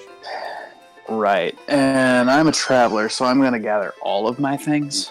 Mm-hmm. Not just the hat, my coat, the staff, but everything. Right, your bag, which before I is go outside. Still being held by Regia. She's asleep enough. I'll do a grapple check if I need to, but... She is not letting it go. What do I need for that?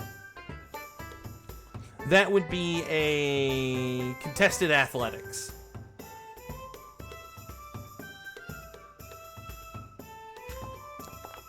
Hopefully at a huge penalty for her, because that's only a 9.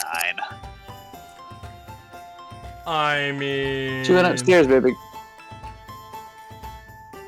Well, if she rolls a 1, she rolled a 4. So you rolled a 9, she rolled an 11. She has not given up that bag. Fortunately, this means that it's safe there. In that case, I'll... Huh? Jay, do you need some help? Do you guys want to combine honestly... your athletics checks? I honestly can leave the bag. My spellbook should still be on the counter since I was reading it. No, it's not like I had any worry about anybody else fucking with it. They wouldn't know what to do with it. Right. So, and honestly, worst case scenario, I give up and grab my... Right. Worst case scenario, I give up and grab my spellbook and just fucking strap it on real quick since it has its latch and everything else. So you don't need my help then? I mean, we can try to get the bag, but if she's going to hold on to it like a stuffed pig, then we might as well leave it. Fuck it, let's try again. I might need that towel. Might need that towel. Oof. So you have a combined 15. So together, you two need to you need to roll better than Regia, Who's passed out? who is passed out and still rolls a 26. Jesus. Right. She can keep the fucking bag. No, actually, no, she can't. She can't, huh? I am going to reach into the bag, retrieve the towel, throw the towel over my shoulder, and then we can leave. Yes, because you have to be prepared. She's not gonna stop. She doesn't stop you. She doesn't stop I you have from- staunched wounds with this towel before. I can do it again. God forbid. God forbid. But Zelikos forbid. But I'm taking the towel.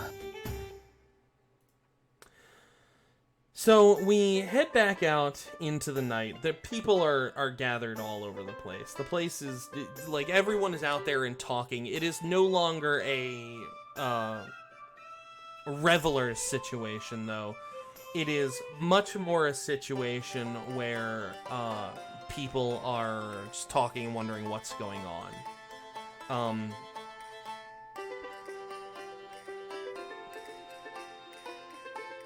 A soft fanfare sounds through the city, emanating from the projective crystals that hang from that are, erected around on the corners of all the main streets. The same ones that Marcus gave his speech from, a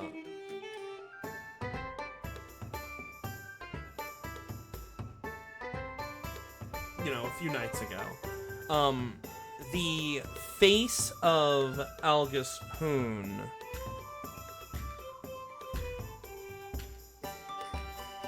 fills the crystal and then projects out to inhabit a 3D space.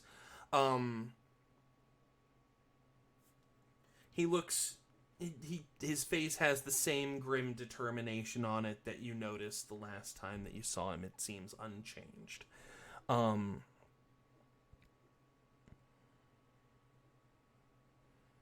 Let's see here. I just need to see something real fast.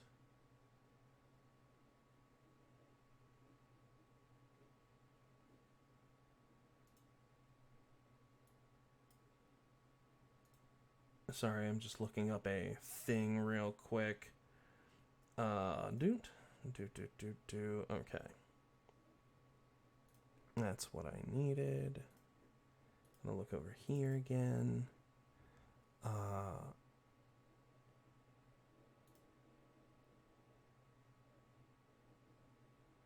There we go. Are you guys getting the new song through? Yeah. Okay. The visage of Algus Hoon seems to look around, and you're actually fairly sure that he is looking at people.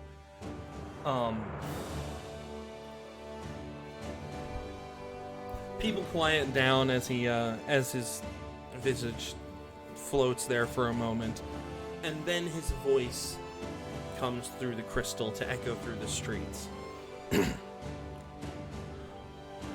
Dear citizens of Aeldor, I am before you today with a heavy heart, as the leader of your city's security force.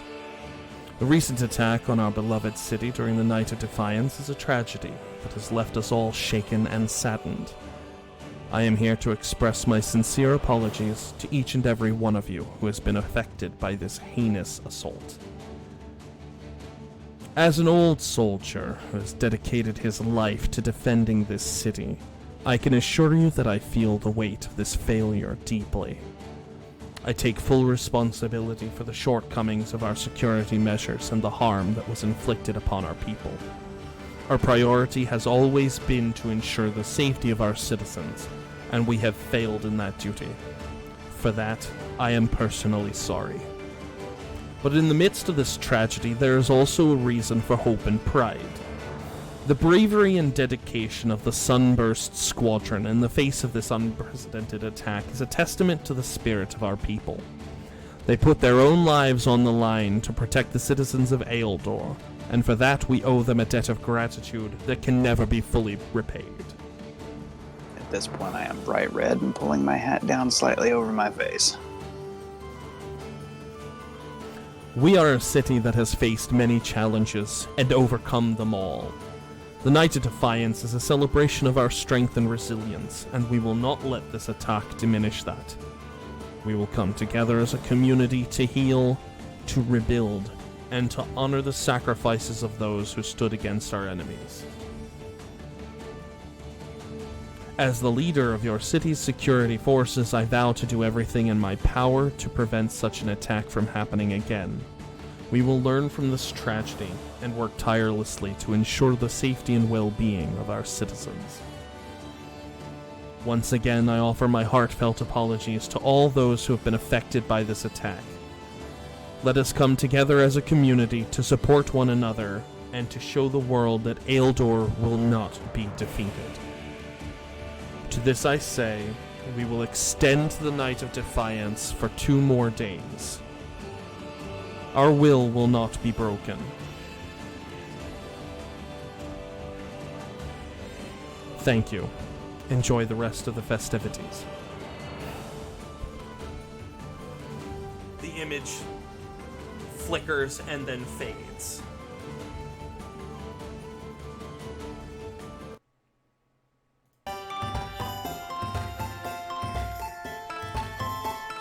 So people are cheering, hey, 2 more days of celebration!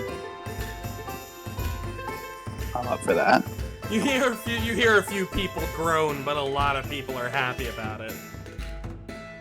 Yeah, it's just the merchants that are gonna have to stay in their stalls longer. Fuck them. Right.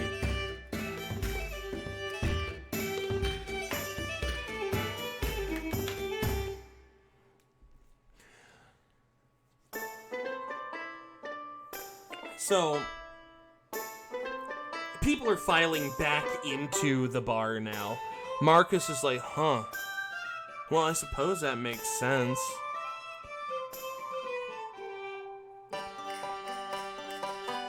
What better way to deal with tragedy than to not let it dampen the mood, right?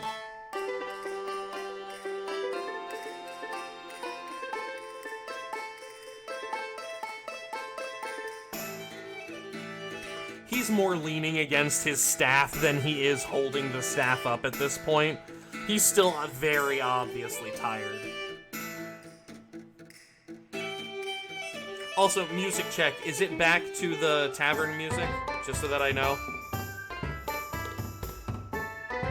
I keep my shit on mute because it's too loud around here. Gotcha. I couldn't tell you. I don't hear anything. You don't hear anything? Damn, that makes me sad. Makes me sad.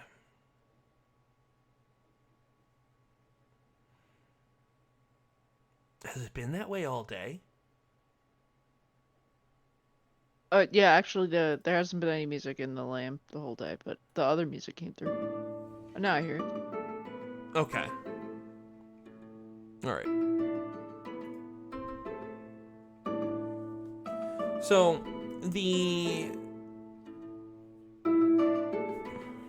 Actually, I don't know if I like this song. This doesn't feel quite right. We're gonna go with... How about this one?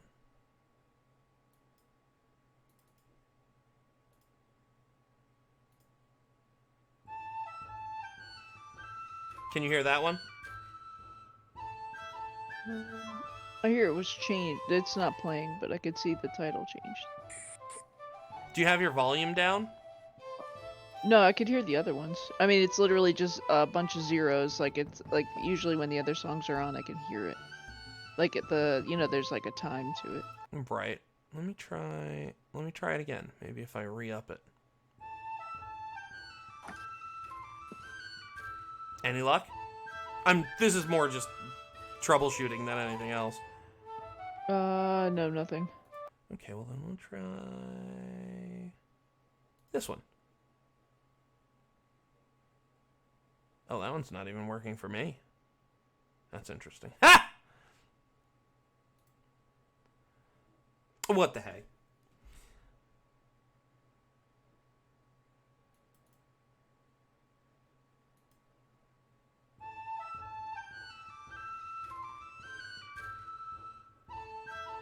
Well, I guess it doesn't really matter. People are filing back in. More rounds are being ordered. Both Finn and Hawk are at the bar now.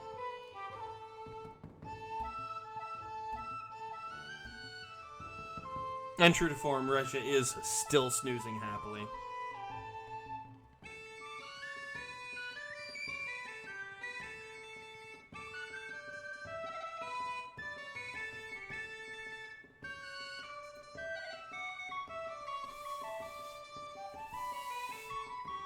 Well, I suppose there's nothing left to do except join the party.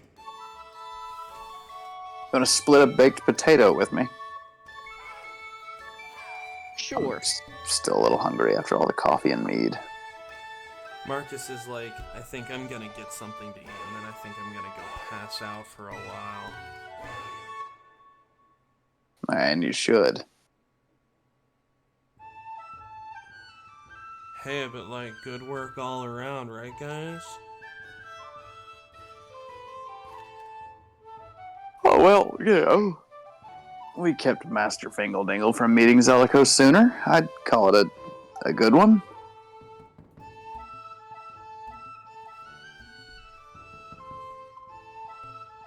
He nods and settles heavily onto the bar stool.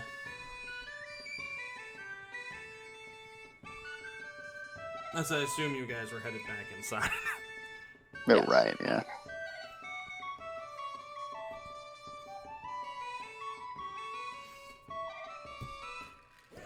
Well, hey, this seems like a perfect spot to hang the towel up and for the evening and Yeah, and then get ready for next time. yeah. Yes, allow me to split a baked potato with Marcus, and then we'll all get some sleep, get prepped for the morning, and then head to said location at dawn. Hopefully Reg is up. Oh, I'm sure She'll be up by then. I'm sure she'll be fine. Where does she live? Does she live at the bar? Has anyone asked? No, I was like, I'm just thinking. This is at a game now, but like I'm wondering, like I've only ever seen her sleep in the bar.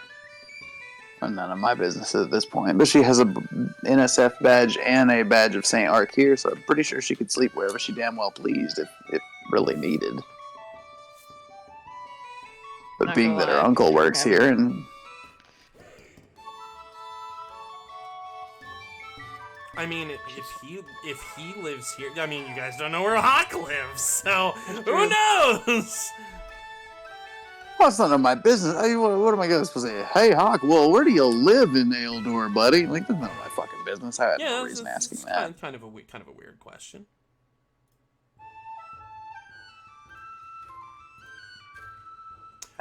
I've been here a few times now, and there's no tiefling dancers or barmaids, so I certainly have no reason to ask anything much, really, honestly, of where anybody stays.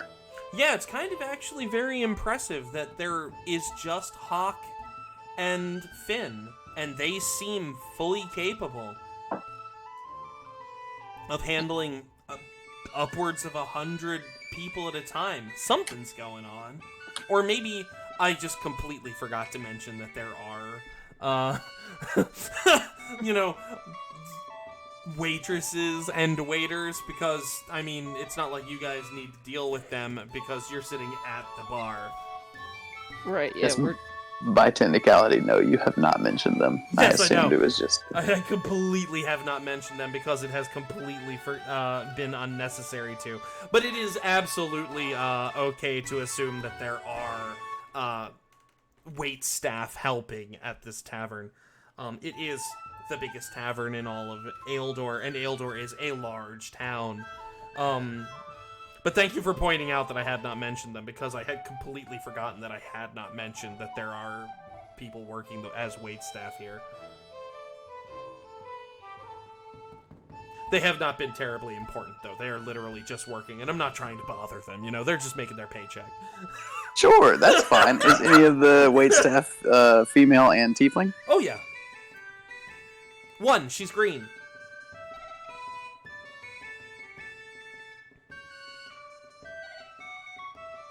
Odd coloration for a tiefling, but she's green. Kind of a pale green. Not uncommon for what I've seen. Oh, well, that didn't work out well. Nice! I was going to attempt to flirt with said bar staff and find out what she's doing after work. I mean, you can still attempt it. I just don't know how well it's gonna go. Let me. Can I emphasize that with an arcane sales tactics fucking check here for my introduction? Let's see if that rolls any fucking better. A little. Pissant! I've been drinking. Whatever. Right. Oh, so yeah. Right. Blame it on the alcohol. She pats your cheek kind of knowingly and then pushes you by the shoulder back down to your chair, to your bar stool. She's like, sleep it off, honey. I've got to work. I will try again tomorrow, you emerald goddess. She just rolls her eyes and goes off to deliver another order to a different table. She has been called far less savory things, so that is definitely not going to leave a negative impression.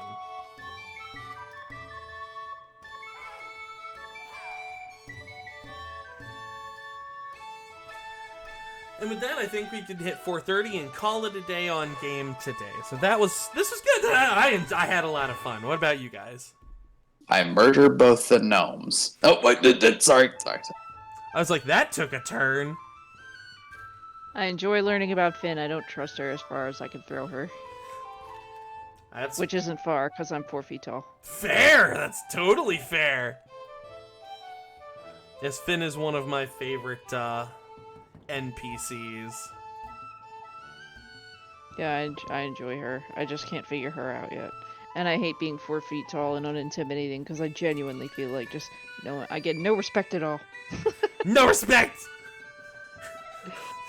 Garma unconsciously treating you like a stuffed animal. Yeah. I am fuzzy and cute. I understand. This is true. You mean Regia, but yes. Yes. Regia treating Garma. Yes. Garma being treated. I was thinking of Garma being treated as.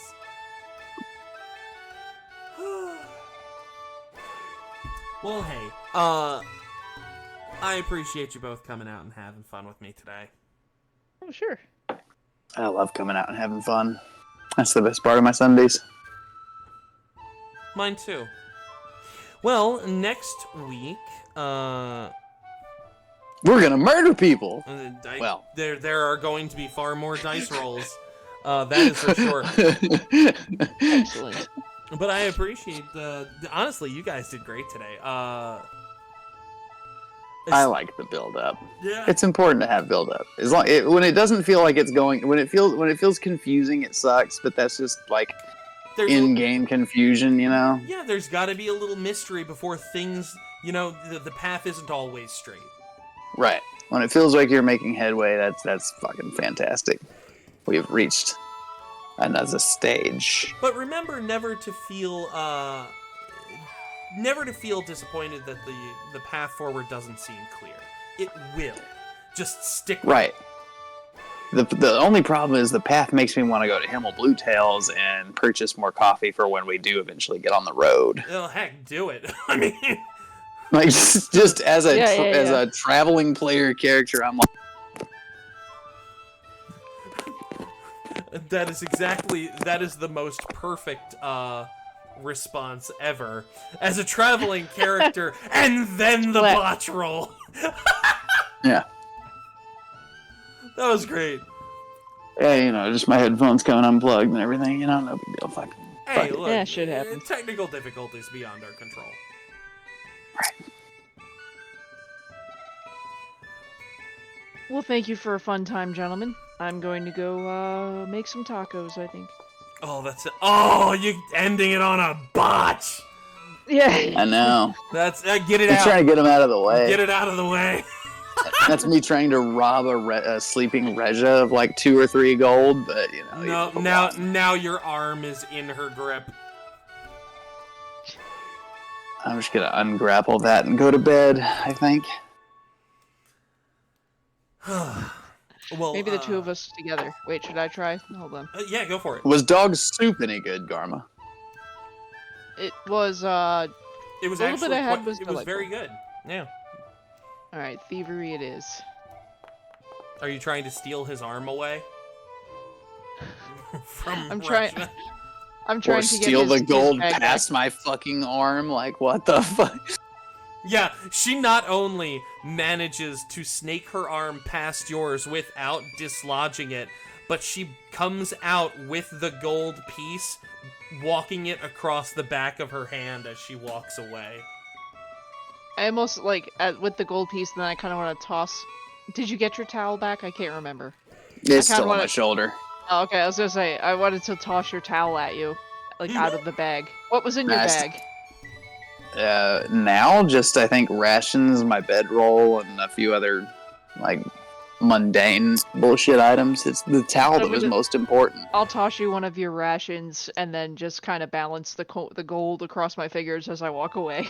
Yes. Like it's fucking amateur Some hour soap. over here. Some soap. I think like a That's torch or two, maybe. fantastic. Garma over here with the literal Riz just walking away.